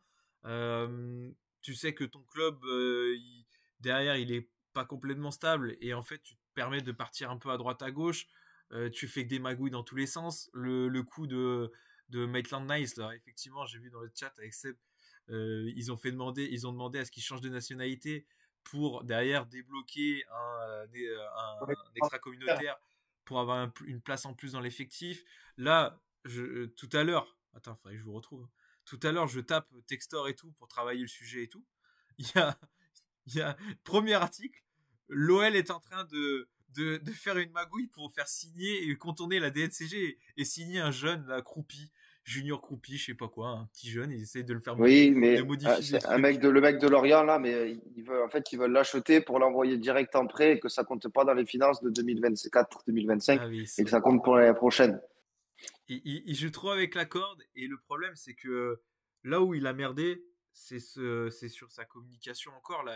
Je sais pas si vous avez vu, déjà il avait fait une première sortie sur RMC qui était plutôt lunaire. Là, ce week-end, il était encore dans le Carnet Football Club où il a encore fait une sortie, et justement, c'est ce que tu disais. Il a été interviewé où il sort cette fameuse phrase de j'ai demandé à mon board sur est-ce qu'on Ah oui, devait oui. virer Sage. Est-ce que si je vire Sage maintenant, c'est bien. Mon board me dit non, non, faut pas faire ça, c'est une dinguerie. En gros, faut pas le faire tout de suite, ça c'est bizarre. Et il dit mais est-ce que Sage, vous le voyez en Ligue des Champions? Bah non. Et bah alors, pourquoi je vais le garder? Et donc il dit, en gros, il dit ça quoi. Il dit, vous me dites de pas le virer maintenant, mais vous me dites que vous voyez pas en Ligue des Champions l'année prochaine, donc je le vire maintenant. Mais tu vois, cette communication, elle est trop chelou, elle est pas bonne. D'ailleurs, moi, ce qui m'avait marqué, c'est l'intervention de Mourinho en Europa League. On n'en avait pas reparlé de ça, mais qu'il prend clairement La la défense. défense de Sage. Et il dit que quand il y a des présidents justement qui comprennent rien au football, et bien que ça ne pouvait pas aller dans le bon sens pour le club. Et il avait totalement raison. Et c'est fou que Mourinho dise ça et que 2 jours après, ben, il se passe ce qu'il dit. Sage est viré et qu'il fasse n'importe quoi.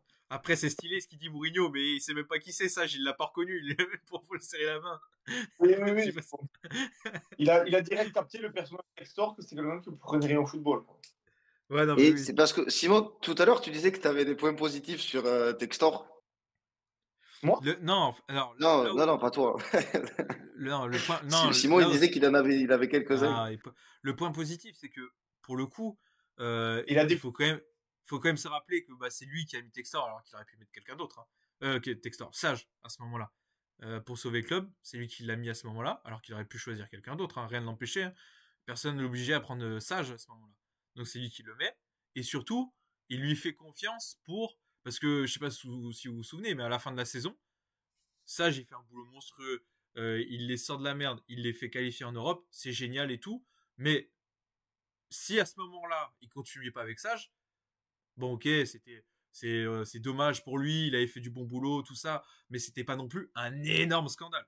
S'il allait chercher un coach à ce moment-là, on est d'accord. Et il lui fait quand même confiance. C'est pas un scandale, mais tu as un coach qui fait un travail de fou, qui est apprécié par les Oui, joueurs et les supporters, qui est remonté de la 20e à la 6e place. Si tu veux retrouver de la stabilité, fais-y confiance pour au moins une ou deux saisons derrière. mais par exemple, Parce que si oui, c'est pour alors le virer ça je six suis mois après d'accord. comme une merde, autant s'en séparer là. Et dans ces cas-là, je te rejoins sur le fait que valait mieux s'en séparer à la fin de la saison dernière en disant merci pour les travaux, t'as géré, j'espère qu'on te garde dans le staff quelque part ou que tu vas trouver mieux ailleurs parce que tu t'es fait un nom. On prend un type avec un autre nom pour passer dans une autre dimension, tu peux l'entendre. Si c'est pour le virer 6 mois après, ça prouve encore plus la gestion catastrophique du bonhomme, moi je trouve. Alors, oui, et d'un côté, alors parce qu'on n'a pas l'habitude de ça, que ce soit aussi radical, et après, moi, la forme et le timing, je suis d'accord avec vous, je le partage pas, mais ce que je veux dire, c'est que pour essayer de trouver la petite ombre positive là-dedans, c'est est-ce que, d'un côté, il coupe pas la tête tout de suite, au lieu de patienter et de s'enfoncer encore un peu plus. Est-ce que, du coup, là, il profite pas de l'occasion de prendre Fonseca qui est libre maintenant, alors qu'il pourrait lui passer sous le nez, et surtout où tu récupères un Fonseca et récupère un Lyon qui est pas en si mauvaise posture parce que effectivement ils sont éliminés de la Coupe de France, mais Lyon est encore en course pour l'Europe et est en course en l'Europe en championnat et surtout est qualifié encore en Europa League. Mais Donc tu fais ça ça te laisse encore du à deux temps. jours. Tu fais ça à 2 jours d'un match à la maison en Europa Le League pour timing est pas bon, je suis d'accord. valider le top 8 et 4 jours avant un Olympico où pour Lyon, c'est aujourd'hui quasiment la plus grosse rivalité et une équipe qui était devant toi au classement que tu pouvais venir toucher si tu gagnais. C'est le pire moment pour virer ça. Non, mais ça, là-dessus, je suis totalement d'accord. Mais je me dis que, bah après, ils ont pas, Lyon, on n'a pas gagné un putain de match à part le 4 janvier contre Contre Montpellier. Montpellier. Mais ça, je suis d'accord que Lyon, depuis le. Parce qu'en plus, ils n'avaient pas mal fini, là, 2024. Ils étaient en Cannes. Je ne sais pas ce qui s'est passé pendant les fêtes. Mais le Lyon 2025, c'est nul. Mais pour autant, en soi, il n'y a eu que 4-5 matchs sans victoire pour Sage. C'est quand même pas énorme, surtout après le taf qu'il avait fait avant, tu vois. Si, si chaque coach est viré après 4 matchs sans victoire, putain, il va y avoir des turnovers, hein. Ouais, non, mais après, il n'y avait pas que ça qui était reproché apparemment. Il y avait que le fait que ça travaillait pas assez. Mais en fait, il y a le fait qu'il n'y a pas que lui aussi. Alors Il effectivement, connaît, lui. c'est la tête d'affiche. Ouais, mais justement, regarde, on parle de Textor et peut-être que là-dessus, on est d'accord pour dire que Textor, il connaît rien au foot. Mais apparemment, dans son board, les dirigeants dans les dirigeants lyonnais, il y en a d'autres qui partagent l'avis que bah, il y avait des défauts, que Lyon, ça travaillait pas assez physiquement, qu'ils remettaient pas assez en question certains cadres qui étaient pas bons, comme la casette, etc., qu'il les fasse pas jouer à la rigueur, mais c'est surtout en fait qu'ils les en fassent pas remettre en question, qu'ils n'essayent pas de chercher des solutions, et qu'en fait ils y voyaient des limites dans ça, dans le côté de Sage où ils travaillaient pas assez physiquement, et que surtout à l'intérieur du club, il y avait des dirigeants qui retrouvaient pas mal de choses à dire à Sage.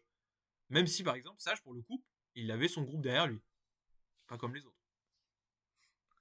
Bon, voilà, tu vois, c'est tout ce que j'avais. Putain, je me suis débattu comme j'avais avec Textor. C'est pour ça qu'on n'a pas fait de duel, hein, parce que il est indéfendable Non, ce mais type. après, C'est une merde, c'est une merde finie aussi.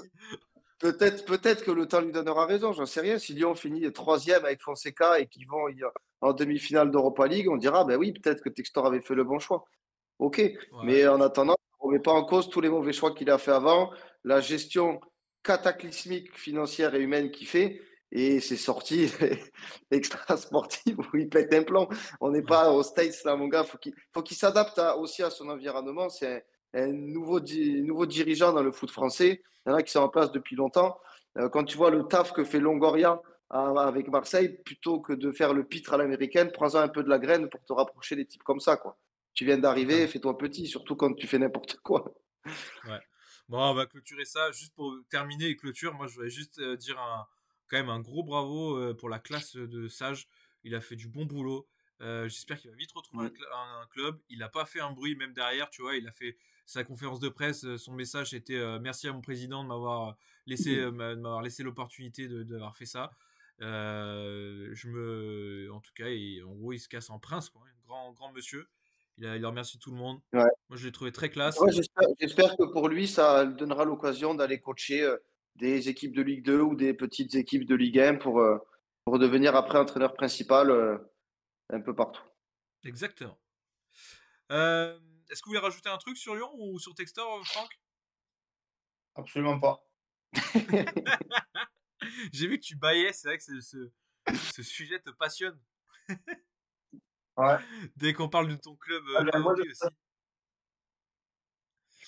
Bon, allez, bah, je propose qu'on finisse tranquillement par les tops et les flops. Dans les tops et les flops, qui veut commencer dans les tops et les flops du week-end? allez, je peux commencer si vous voulez. Vas-y. Ah, Non, non, commence pas. Finis-toi, s'il te plaît. d'accord. J'avais oublié. Vas-y, je vais commencer. En flop, j'ai mis le derby de Manchester. Ils ont réussi tous les deux à faire de la merde à distance ce week-end. City a pris une valise à Arsenal dans un match où il n'y a eu absolument pas photo. Ok, ils en prennent 5, c'est peut-être un peu exagéré en termes d'occasion, d'expected goal et tout ce qu'on veut, mais dans la façon de jouer, dans l'ambition de jeu, dans le niveau, l'envie, la tactique, tout, ils étaient dépassés. Guardiola s'est fait démonter par Arteta, coach qu'il a plus ou moins formé. Donc ouais, City, il va falloir qu'il se réveille parce que c'est quand même cata. Et je pensais que la victoire contre Bruges ou Chelsea allait leur faire du bien, mais écoute, pas tant. On a vu qu'il y avait un vrai écart de niveau avec les deux premiers de PL. Et j'ai mis United parce que c'était encore plus catastrophique. Ils ont perdu à la maison contre Palace. Ils sont tout juste nuls à chier. En fait, il ne se passe rien. Il n'y a pas de fond de jeu. Amorim, il a absolument rien fait depuis qu'il est arrivé. C'est le coach avec le plus de défaites dans ses premiers matchs avec Manu. Ils sont à la ramasse complet. Onana, il est nul. Les 4 défenseurs, c'est nul. Les milieux de terrain, ils sont à chier. Il n'y a pas d'attaquant. Il ne se passe rien quand tu les regardes jouer. Il n'y a pas d'âme. C'est Il a tout c'est un essayé. calvaire. Il a Ah, même mis c'est un Maïlou devant. calvaire. Ah ouais, ouais, Manu C'est plus devant, il quoi a fait faire. redescendre Fernandez. Il a essayé de faire rentrer Olju dans le super sub et Zirkzee. Zirkzee, ils auraient dû l'appeler Casper parce qu'on l'a pas vu. Enfin, c'était une catastrophe, Manu, ce week-end. Ils ont perdu. Ils ont perdu face à un Mateta qui met un doublé, qui fait une grosse saison, qui fait un énorme début de saison, même 2025 avec Palace. Il est très efficace devant le but. Il est déjà à 6 buts, je crois, depuis début janvier là. C'est cool de voir un Français à ce niveau en PL. Évidemment qu'il n'ira pas non plus bien plus haut, mais il a fait un bon match. Il met 2 buts, il est là au bon endroit. Donc, c'est cool de voir Mateta en forme. Et après, j'étais obligé. J'ai mis le Housse. Le Housse, parce qu'on a quand même bien craché sur lui dans cette émission, Ouais, à raison la plupart du temps. oui. Mais là, il fait 2 triplés la semaine dernière. Premier joueur de l'histoire du PSG à faire 2 triplés sur 2 matchs d'affilée. Il est quand même en feu depuis 2025, depuis qu'il a été remplacé en faux neuf là. Donc, quand tu fais 2 triplés une semaine, tu es obligé d'être dans mon top quand tu joues à Paris. Pas mieux pour l'équipe de France. Ouais. Ah bah oui, c'est sûr. Moi, je vais enchaîner aussi avec mes tops. Justement, j'ai vu qu'il a fait plaisir au man celui-là. Et j'ai mis effectivement le petit Mika, le Mika Biret de Monaco, qui a mis lui aussi un triplé ce week-end et qui a surtout offert ça a permis de renverser la tendance et offert la victoire à Monaco. Il a mis un triplé ou un doublé? Ouais, c'est triplé. Triplé, Triplé. triplé. Il est arrivé là cet hiver en plus, donc il enchaîne, il régale. Des buts d'attaquant en plus, donc il régale, il mérite d'être dans ce top. J'ai mis aussi en top, alors je sais pas si vous le foutre en top ou flop, mais je l'ai mis en top, le Fortuna Sittard. Je sais pas si vous avez vu, c'est dans le championnat d'Eredivisie, donc le championnat du Pays-Bas, c'est en D1. Ils ont joué 1 minute à 12 contre 11. Le coach a fait un double changement et il y en a un qui est pas sorti. Et du coup, pendant 1 minute, ils ont joué à 12 contre 11, ce qui a du coup amené un corner. Et derrière, ils ont égalisé sur le corner. Et ça fait du bruit parce que l'équipe d'en Mais face, c'est attends, le mais c'est énorme. RNVN, je sais pas quoi. C'est l'équipe de Van Persie. L'équipe entraînée par Van Persie. Et du coup, Van Persie, il a braillé comme impossible. Il a, tu sais, là, ça a Mais fait le tour un normal. peu vite fait. Il a dit, non, mais c'est un scandale. Mais on est en première division hollandaise, hein. C'est Donc, fou, c'est en mec. Eredivisie. C'est Ils ont incroyable. joué 1 minute à 12 contre 11, ils se sont pas rendus compte. Ils ont fait en fait un double changement et il y en a qui est pas sorti, qui est resté sur le terrain. Et du coup, ils ont joué pendant 1 minute, ça a amené, ils perdaient 2-1, le Fortuna Sittard.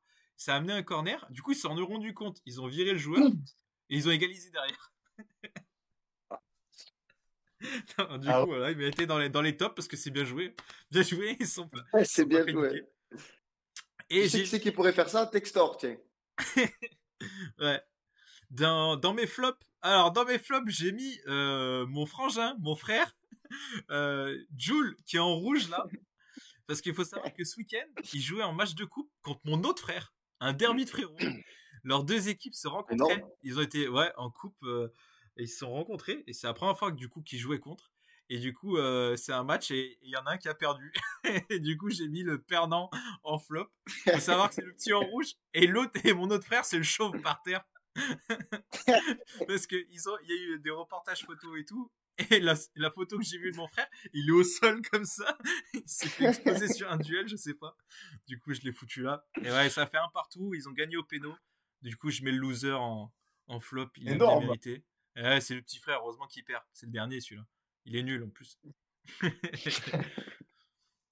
je te laisse, mon Franck. Enchaîner Allez, à avec mon les tiens. tour. Je vais commencer par les tops. Donc, j'ai mis Rabiot dans les tops parce qu'il a fait un match, encore une fois, énormissime. Euh, je le répéterai toujours que c'est une de nos plus grosses recrues et que depuis le début de saison, il fait un taf énorme. Positionné en plus très offensif par De Zerbi, juste derrière l'attaquant avec Greenwood. Et bien, ça lui va hyper bien. On n'aurait pas forcément misé là-dessus lorsqu'on l'a recruté. Mais force est de constater que ce poste lui va superbement bien. Et pareil, hein, ça fait un joueur qui est relancé pour les futures échéances de l'équipe de France. Donc ça, c'est cool. À notre top, j'ai mis Sarawi, le joueur de Lille, qui a été élu homme du match cette semaine face au Feyenoord pour sa première titularisation en Ligue des Champions, si je ne dis pas de bêtises, et qui ce week-end a mis un doublé de plus pour pouvoir venir clôturer une belle semaine lilloise et pour sa part. Donc bravo à lui, c'est un jeune qui sont allés chercher en plus nulle part. Enfin, il est passé par la Norvège puis par les Pays-Bas, mais ils sont allés le chercher Et au final, c'est un bon, ce jeune. Et enfin, en flop, j'ai mis notre ami Lacazette. En plus, cette photo, elle est magnifique là. Cet Elle est enculé magnifique qui cette pleure. photo. Il a été nul. Il a voulu faire le malin d'avoir mis ce penalty là. Et après, il s'est fait humilier par Luis Enrique avec sa célébration. Donc voilà, bien fait pour sa gueule et qu'il se remette à jouer au foot un peu.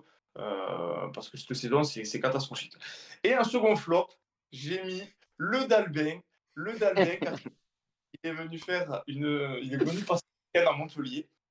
Et on est tranquille, on n'est pas rentré tard, 2h30.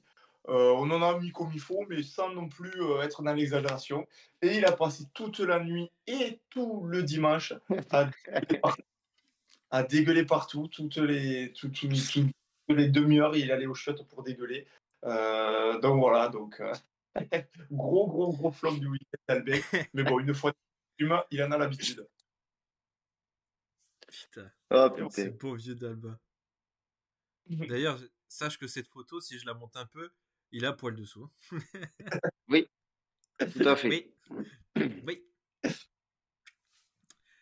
Allez, putain, j'avais pas vu l'heure, on a bien débordé. Est-ce qu'on finirait pas par le petit écarte les quiz? On se fait un petit jeu, un petit quiz avant de nous quitter. Est-ce que vous avez préparé Oh, vos joueurs, messieurs? Moi, juste j'en qui ai un qui va aller vite. est premier du Paris Ligue 1. Qui C'est ça? vrai, ça. Dalbec? Ça, c'est impensable, ça, d'ailleurs. Il sait pas comment ça roule un ballon.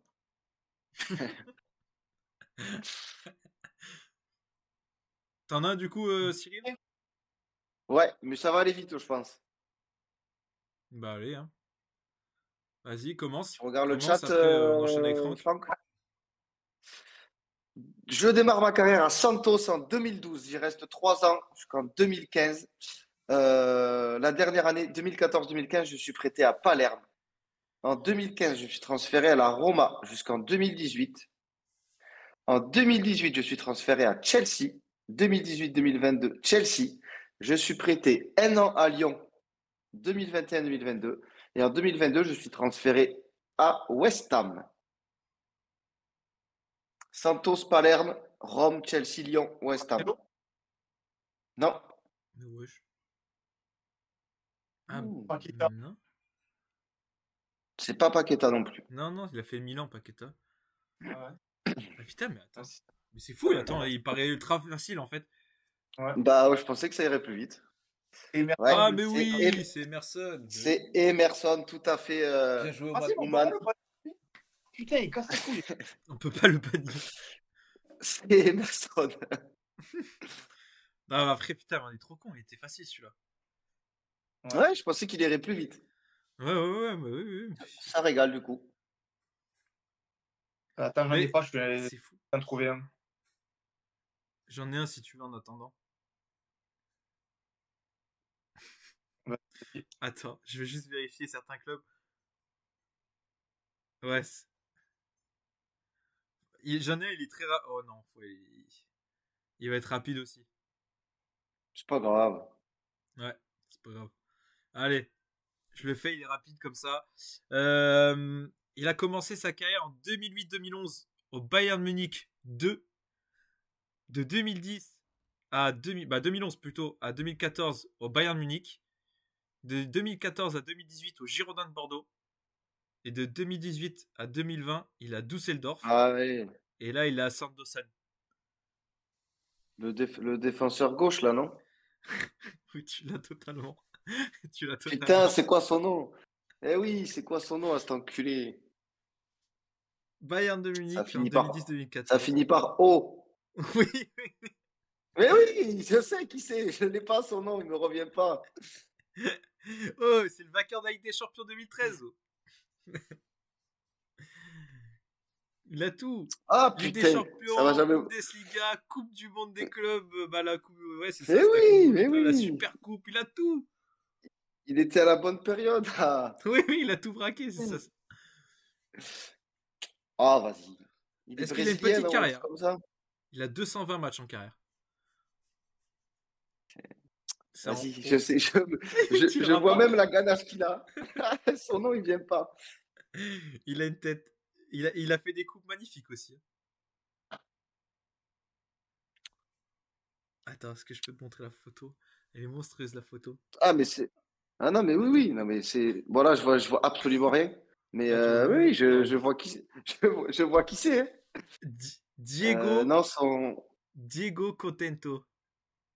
Ah, Contento. Contento, La putain, voilà. Oh, Contento. mais j'aurais pu passer 2 heures dessus. Diego Contento. Ça, c'est un bon braquage lui aussi. Ah oui. De Bon, toute façon, Francky. des Bayern Munich Bordeaux, il n'y en a pas eu 40 non plus en transfert. Hein. Non, bah non, ouais, c'est pour ça. Mais il a fait que ça. Tu vois, je pensais qu'il en avait fait plus, mais bon. Bon, Francky, est-ce que t'en as un? C'est non, attends, j'essaie de trouver vite fait. Hop, je vais voir si lui, ça peut être pas mal. Hop. Diego Contento.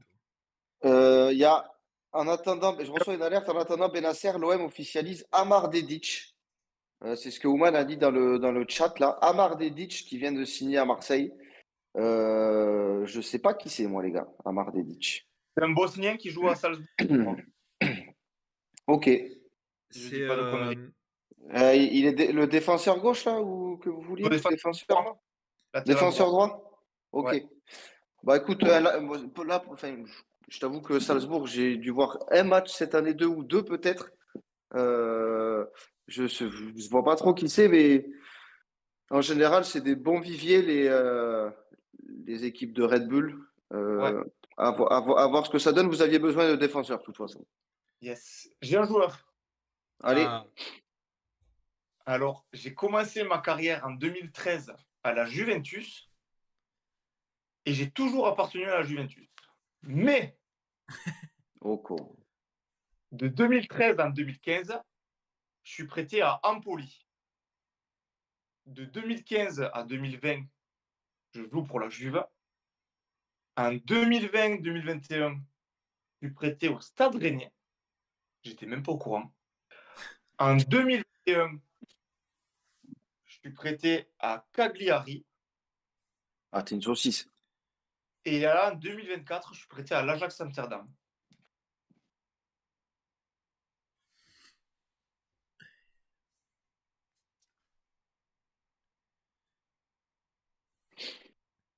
Un mec qui a fait que la Juve après, sinon? Il a fait Et longtemps la Juve? Non, mais quand il jou- a joué à la Juve. il, Pardon. il a joué à la Juve. Il jouait vraiment ou pas? Oui, oui, il a fait 151 matchs à la Juve. Et Oh là attendez, là. en 2021, du coup, il est prêté entre 2021 et 2024, il n'a pas de club. Et là, depuis 2024, il est à Amsterdam. Après Rennes, il n'a pas eu de club. Non. Si, il a fait du coup, je reprends. Donc, il a appartenu à la Juve les 2 premières années, 2013-2015, Empoli. 2015-2020, Juve. 2020-2021, Stade Rennais. Fin 2021, la première partie de saison, il est prêté à Cagliari. Là, plus de club. Et en 2024, il signe à l'Ajax. Enfin, il est prêté à l'Ajax Amsterdam. Mais attends, mais il est archi jeune. Il appartient à la Juve. Il appartient à la Juve. Ouais.